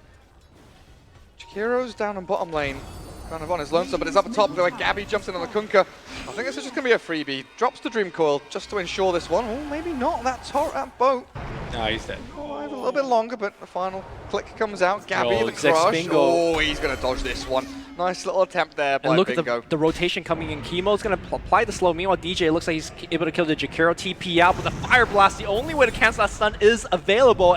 Zex Bingo cannot die, but he will die. Sitting at 800 gold. That Blink Dagger is not coming soon. And Gareth, I gotta say, we're going to Mamak instead of a game 3. We are going to go get some Rotichana, I think, the way this is going. I mean, some Tetarik as well, but Execration, maybe they've got some better things planned, some champagne after this series. They've done very well in game number 2. It's semi-finals. No champagne No yet. champagne yet, no? What about some Milo? Have some Milo ice, that'll sort them out. But in the meantime, you're fighting on top lane. Bottom, DJ's fighting a solo kill with the Jakiro. Mid lane, the Global comes out and Clinks sprinting away. Gabby not able to continue the chase just now, and Pure T, he's invis and he's out. Execration still game in their hands, and what does the DK even have at this point? He's got an Ogre Club. That's plus 10 strength. Rushing BKB? Maybe a Dragon Lance? Dragon Just Lance for good dragons? stats. Yeah. DDR. No stun for DJ, and not quite enough damage to kill off the Kunkka either. He buys himself up some phase boots, maybe thinking that with that movement speed he'll be able to dodge away from the Timbersaur's damage, but just look at Abed. 7,000 net worth puck. Oh, actually overtakes him right there with this little jaunt away from Bingo at the mid lane. Infest as well. Looking for this jump and bomb onto someone. Oh, these kind of pauses are so bad for Ehome. It's What like, little momentum they had. You just let that sink in, how far you're behind. You know, just like think about it. We're down like thousands of net worth. We have no way to come back. Slipping and slipping. Yeah. And in the meantime, Execration, they're on Facebook, you know? Alt tab in and... No, they're Wi-Fi right now, apparently. Oh, really? Yeah. Oh, dearie me. Oh, we're back into game. We're ready to go. Looks like whatever happened has stopped happening. Gabby with a life stealer inside of him. Puck looking for a target, and Ehome.x might just give it to them. They've grouped up towards the top lane. DJ, not really a hero they can necessarily jump and easily take down. Gabby's killed off one. The Clinks is dead. They go on DJ. There's the X of the Torrent. They've got the disables and they've got the kill. They take that dominating streak away from the Timbersaw, but he's respawned in 10 seconds time anyway. Yeah, mid lane was the Clinks going for a tier 1 backstab. He did get the tier 1, but he got immediately picked off by the puck. And Execration, they give no ground away. They're actually going in behind tier 2 at top. Chemo and Rappy, the two supports, because DDR is being chased down by DJ. X-Mark back, but the wraparound isn't coming. DDR will be able to TP himself back to safety. As the Clinks get to make a real impact in this game. Needs to find some traction. Needs to find some way to get these items up. It's the BKB rush from the Dragon Knight. It's one of those items that's going to give you a swing in a team fight, and maybe you get that foothold, you can start moving forward from there, because so far it's always been stepping backwards and moving away from where Execration are fighting. I'm not convinced about this BKB. I mean, sure, he's going to survive the team fights perhaps, but he's not going to output enough damage to justify the BKB usage and the purchase. I think given how far behind you are, you have to go for the more risky item choices. What would you suggest? We used to see a lot of armlet on Dragon Knight. Is that sure? Just get damage, or if you want to go super risky, you could go even Animitis. I think any of that will be perhaps better than a BKB. I say that though, like Execration is coming up on the high ground, so maybe he's like, look, we need BKB to hold our base, which is fairly valid. We need something to address this immediate danger from Execration. Pure T. Oh dear. Yeah. Soul Ring Treads. Magic Wand. Not the best inventory as he's farming over towards enemy ancients. There's the blink for Slardar though. 16.5 minutes in. This might be their ticket. Yep. They have a lot of ways to follow it up. We've seen the Macro Pyre, we've seen the Bolt, we've seen them combine together, even able to take down the Timbersaw. So should Execration kind of clump up in an unfortunate manner, Ehome.x can find himself team wiping Execration. But I think this game has really moved to a realm where Execration needs to make those mistakes. I think it's really outside the control of Ehome.x. You know what I miss? The old Ancient Black Dragon model. Okay. I miss Goofy. The derpy one? The really derpy, goofy one. Yeah, I would say that he still looks derpy. He does, but he doesn't have the little, well, not little, but the big white fangs anymore. It's more of a... Yeah, they look pretty big fangs to me, I don't know. He's amped up, but he's got that big old fireball to push these waves. Once again, Execration there.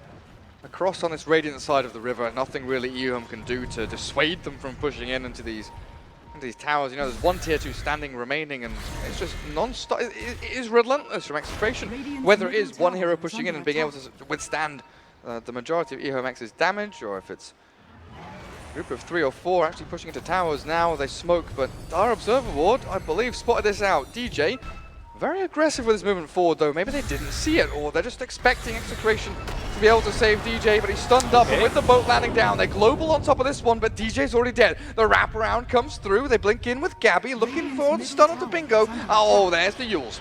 Got the Fire Blast from Rappy as well. The Clinkz has escaped off to the northeast, but Slardar will be one hero to go down from Ehome. That's a good trade for them. That's a great trade. You get a 1-for-1 trade, you bait out global, and in fact, Purity might snipe a courier. No, the courier will fly by just in time, and any kill that they trade evenly like this just buys Ehome time. I mean, I don't think Ehome is going to farm their way back in the game, but extending the game is the first way of not losing it. So Clinkz did go for the 4 points in his invis. Yep. You think that's, oh god, bottom lane. Jakiro caught by 2 big old beasties. Lifestealer and Puck make short work of the twin-headed dragon, and you know what this means with Bloodlust and the Lifestealer. Oh no, Chemo, okay, well that's a silencer kill. Pure T will find himself a nice little bit of gold there to move towards the Desolator, but now Roshan's alive, the map belongs to Execration.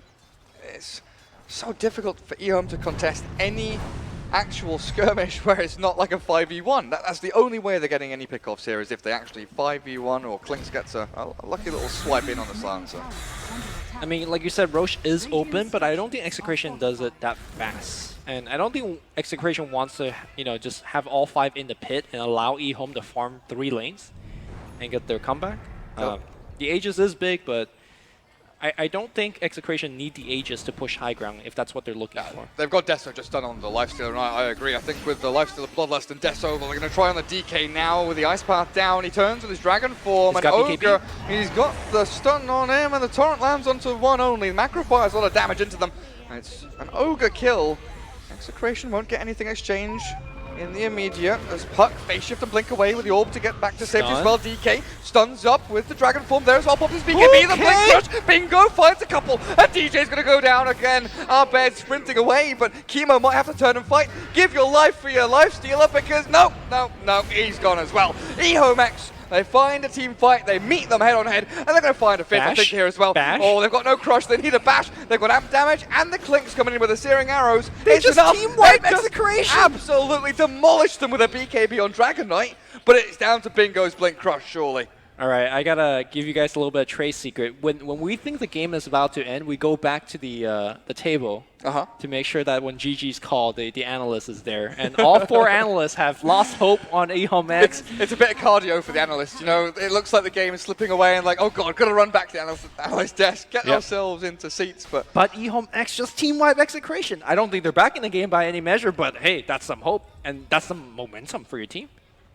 Absolutely, pushes the Clinkz into Desolator, and he's gone for the Dragon Lance, but he's got 1,300 gold to spend on the Deso if he wants to head that direction. I think earlier when you were talking about the Clinkz skill build, maybe you're going to ask me like whether the max Windwalk was the way to build the hero. I think it's really less so about the skill build, but more so about how they use the hero. Like, you saw in that last engagement, having Strafe I think would have been much better there, but it's more so the fact that he was there with his team to take the fight. Because if you kind of watch his movement, he's always skirting around in the dire jungle, farming their ancients. Yeah. Almost playing like we saw Nyx being played earlier against Secret. He's gaining intelligence, gaining this information, knowing where the opponents are, and well, he's actually warding for the team too. Yeah, Execration no way. He's holding sentries and observer boards and all that. This Clinkz is walking around doing all sorts of stuff for his team. The big difference he's is hiding that off the map. the big difference is that Nyx is not going to be the farm, right? Yeah. Like he could be able to stay out there and still maintain his net worth. I say that he's steadily falling behind, and we do see Execration going back, taking the Roche, and now Gabby has the Lifestealer infested inside. If Execration could start off the team fight by killing a key hero, let's say the Kunkka, let's say the Slaughter, I think Execration could just roll over Ehome.x. But this is why we play out the game, man. DJ looks like he might get initiated again here. Purity with DDR. Yeah, with Yule Scepter on DJ, I don't think they could use the bolt combo to burst him down. They need to start things off with Slaughter or an Ice Path hitting. Well, here comes the Slaughter. Bingo, Blink Crush into DJ. It's Where's the combo though? The Global Silence comes through to try and save him. And this is where Execration, they are ready with the Dream Call down to Jakiro, cancel the TP. Bingo, he's trying to get himself away from this with a good torrent into boat. DDR slows things down. And LT, well, we've seen how he plays. Sacrifice himself for the greater good.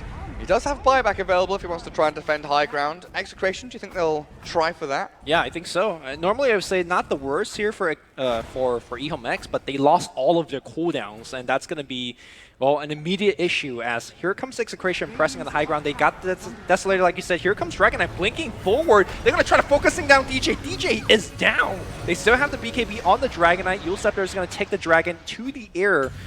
And it looks like he wants to chase a little bit further. Blink Dagger coming off cooldown. Again, he goes forward, finds Chemo. That's going to be the free and easy kill. That's a secondary kill. They want a little bit more. Bingo goes forward, finds the Ogre Magi. Gabby.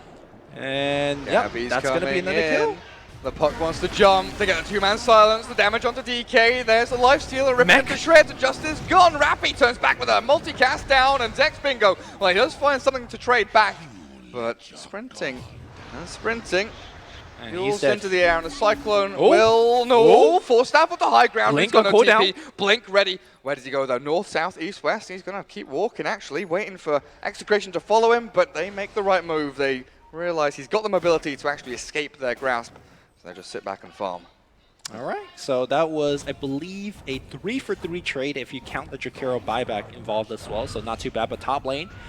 Chemo's there, and Chemo is no longer there after a couple of right clicks. You expect Bingo to TP home, right? Yeah. Not actually go in for another initiation. And I bet it's going to come back, and maybe too soon to ask. Do you feel like perhaps Execration is kind of throwing away the big lead that they had? They still have the big lead, but I feel like the door has really been pried open a little bit by Ehome. They're kind of...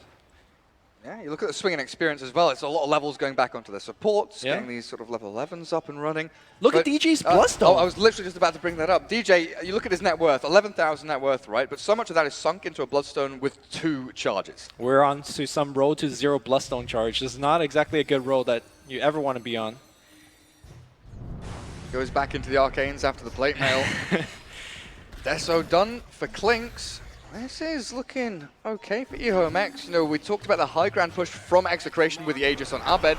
Well, he's still holding on to it. The Ice Path is down. They've got the damage into him as well. Lifesteal's actually gone.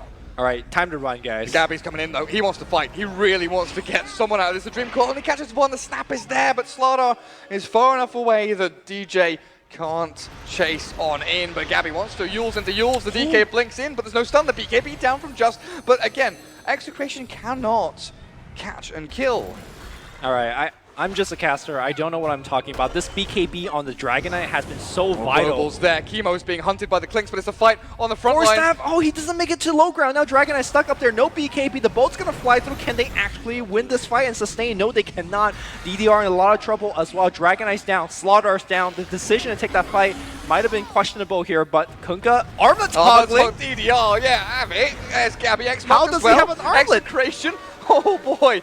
Can you continue pushing higher? Oh, what a Yules. DK is dead for 40 seconds, and Bingo, well, he gets the amp damage onto Gabby.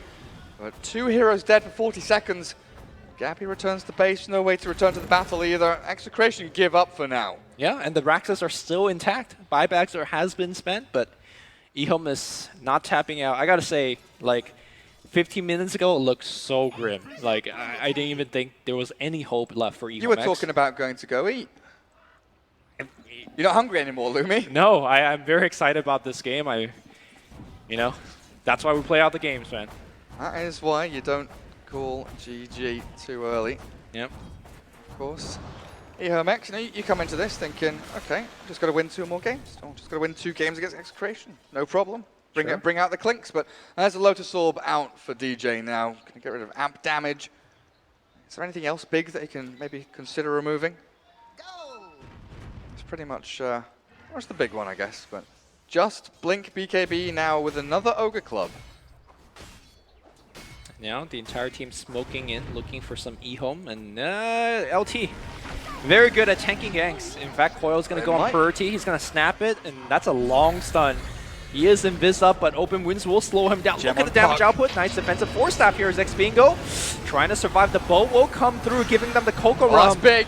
Dragonite. DK's here. Trying to chase down the Ogre as that puck face shifts. Next mark. Oh, there's the Yules. Gabby keeping himself alive a little bit longer. The face shift again has a Blink Dagger as well to escape the grasp of Ehome, but he wants to go in. He doesn't want to escape. He wants to fight. And he finds another kill just holding the ground near this tier 3. Blinks again towards the puck. Where's the stun? Where's the damage? There it is. Holds the puck in place. The final global silence comes through. The Clicks looks to get the DPS onto Gabby, but again, it's just a slippery fairy dragon removing itself from the fight as Silencer will die, but that's another engagement Execration take on their terms on the Radiant side of the map that they come out the worst.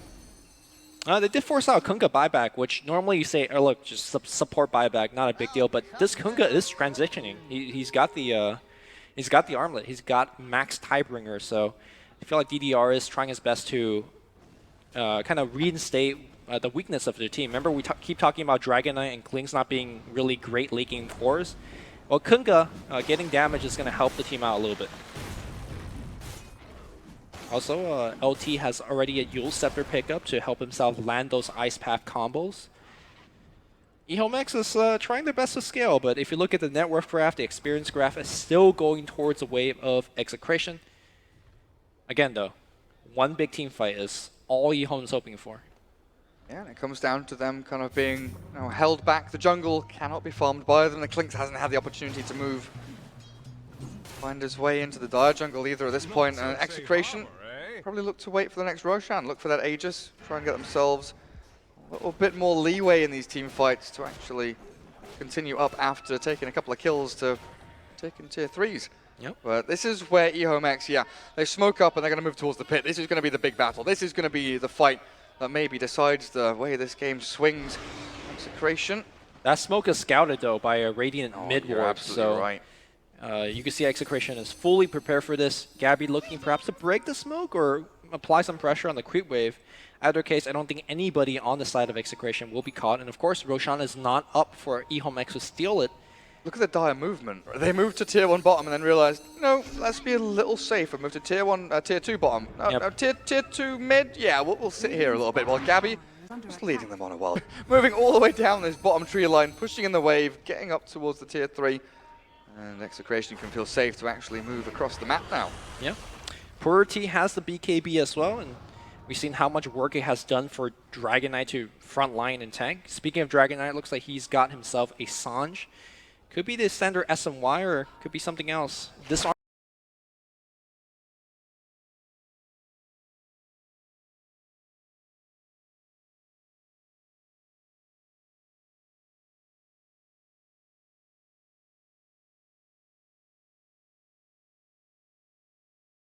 turns the fight up on this ramp. It's a 1-unit ramp though, and Clinks from the high ground rains down the fire. But Lifesteal doesn't really care too much. Finally, they get the death pack down for DK. Now. The Torrent with the damage. They've killed up Abed. Lifesteal's gone for a minute. And Execration might have bitten off more than they can chew as DJ can't output damage onto anyone. Bingo's down, but the chase continues as Gabby, slippery little fairy dragon, is looking for the DPS on the DDR. The armor toggle can't come through, but Pure T's cleaning up on the sidelines. DJ finds another, but just, the Dragon Knight. This guy is too tanky. Meanwhile, Chemo giving the jukes to Purity on the back line here. Looks like the one right click from downtown is going to get the kill. Meanwhile, looks like the stun onto DJ. Ice Path to follow up. Can we have the damage output? And there's the creeping eaten on Purity. He's tanking up. He's dealing the damage. DJ. We need one more stun. Just blinks in, gets off the stun, and DJ officially, is he at 0+ stone charge? How is this guy godlike? How is this guy godlike? This is the Pure T Clinks, Lumi. Look at that swing again. 5,500 going the way of Ehome.x. They're still holding on to tier 3s and barracks in a game that looked almost over. It's 26-26 at 31 minutes. And we talked about the Clinks' net worth, Lumi. he was like 5th or 6th on the table. Yeah. Now he's in 2nd place. He was doubled up by Lifestealer. He was doubled up by the Timber. Barely behind the Timbersaw at this point. Barely behind. Roshan is now available. Oh my god. Execration, they need Roshan at this point. Yeah. It's not like a, hey, we'll get Roshan and end the game, lols. It's a, oh god, we really need Roshan to actually win a team fight the way Ehome have been executing, but it's going to be the Radiant that go in and scout this one out. No, they have a Slaughter, they have a Clinks. They will make sure it work with Roche. Meanwhile, Gabby in the mid lane, perhaps being hunted. Might not be the best of use of the Radiant's time. I gotta say, how well has been LT as well as DDR's playing? They land multiple hero boats, multiple hero macro pyres. And it's instrumental in terms of the damage output in these fights. Yeah, it allows this Clinks to kind of play the guerrilla warfare, right? You get in, you strafe, you invis back out, use your BKB maybe, you know, 10, 15 seconds into a team fight as he does go for a cheeky backstab on the tier 1. Glyph will get pushed out here. Chemo, hiding in the side. He's pinged out by his teammate there. Timbersaw says, be careful. Be careful, because we're pushing top lane. Gabby, once more, has found himself in the tree line to the west, and DDR, I don't know, Gabby, you thinking about going for this with Veil? You've got no Dagon, so you don't have the full raw damage output of that magic burst behind you, but yeah, maybe a bit of chip damage. Jakiro and Kunkka are fairly tanky as supports as support goes, so Gabby will continue to push the wave. Normally you say, all right, Puck, great job pushing the wave, forcing multiple hero back on the Radiant side, and then your team could take Roche. But the rest of Execration, honestly, not that good at doing it. Abed, okay, I suppose. He's got the AC, he's got the Deso. You pop the Lincoln, you could pop that open wounds onto Roche. Bottom lane, DJ. Oh, that Bloodstone charge will be going down if he goes down here again. Lotus Orb. It's looking okay as Abed will join in for the party. Just gets away with the BKB as the Clinks is in the back end, just raining in these searing arrows. They tried to turn and face, but again with the Invis just playing back and forth, in and out, and Clinks cannot be found. They finally kill off the Slaughter here. You get the courier on the way out. One pure T. There we go. Well, one hit, and down it goes. He doesn't have a teleport scroll, so he's gonna skeleton walk and get out of there, but you know, Raxus are still intact. DD Runa, bottom spot. Clinks. He's going to run it in. Oh, Timber chain across. Clinks has found it. They've got a gem on Execration, don't they? Run. DJ won't be able to find the catch, and they walk into the Roche pit. They'll find themselves at least the Aegis Immortal, but now the gem is over on the Dragon Knight. There's only sentries on that Dire team. I guess Purity could just swing up top and just backdoor that tier 1 tower pretty easily. If he wants to do that, and he's got the full data list, or do you think he's going to go straight Bloodthorn? I think Bloodthorn might be... Oh, there's a lot of way for Execration to break the... Lotus Orb, Buell Scepters. Yeah, so maybe just raw damage is better? I think the data list is probably a better option. Against a Lifestealer as well, who is relatively susceptible to that kind of physical burst with a strafe, right? You just launch out all these arrows and kill them off. Meanwhile... And there's now a Lincoln's on the park on top of that. Execration will take the Roche. It just lands on, I believe, Gab. Wait, who has the Aegis? Yeah, Lifestealer has the Aegis. has it again. Oh, there's a swing from 10k net worth lead down to, what, 3,000 Ehome.x. They've struggled their way back into this game. Oh, God. It was the slums of Struck City. Like, they were in the sewage. And I don't know how somehow they climbed out, but they did. City of God. I've somehow had this arduous battle, and well, Gabby might make Jakiro pay. The Ice Path not going to land, and he's going to Yules, I guess, make him work for it. Yeah, no, he's already used it. He's just straight up gone. It's the Daedalus for Clinks and a Yule Scepter for the Kunkka, in fact, on top of Armlet phase. Okay. For global, I imagine. Normally, Kunkka doesn't need to get a Yules because you have a Griefs to pop off global, but with the phase boots Armlet build, he doesn't have that safety. TP from Gabby mid. Oh, Dragonite does not have TP. Oh, God. Dragonite needs to run. I think they wanted to try and maybe trade and get a tier 2 and then pull back, but Gabby's TP mid deterred them from actually pushing tier 2. While the rest of the team, like you say, is up on top lane. You've got to address this as fast as you can. Tier 3, low HP already, and jumps Just, but he can't get a stun down. Abed has already raised himself forward, and the BKB from Just trying to get himself a little bit further back. Fight them as much as you can, and now the rage is down. It's Execration's turn to retreat to high ground. Yeah. Well, they've got the Infest Bomb. Gabby. BKB also down on the Dragon Knight for 40 seconds. Forward. Nice Oh, face. dodges crush. Bingo won't get the initiation they wanted, and now the racks they're dropping. Damage coming out of Puck. Oh, Lincoln's is popped, and now the global comes through. Gabby stunned. The DPS is good from PLT, but not good enough. Crits come out onto Abed, but oh, they've caught them. The boat will land down with the ice path and the dual breath. DDR jumps in, but the snap of the coil. PLT is just raining down hellfire on top of the lifestealer with the secondary life of him coming through. DJ caught in between 4. He's got the reactive armor up, but he's caught inside the ice path. PLT tries to run himself away, but it's Gabby creating all this space for the rest of his team. And Execration have killed 3. It looks like they will get the racks finally. Well, backdoor protection is kicking in. The regen's keeping it intact, at least for now. Do you buy back on DK?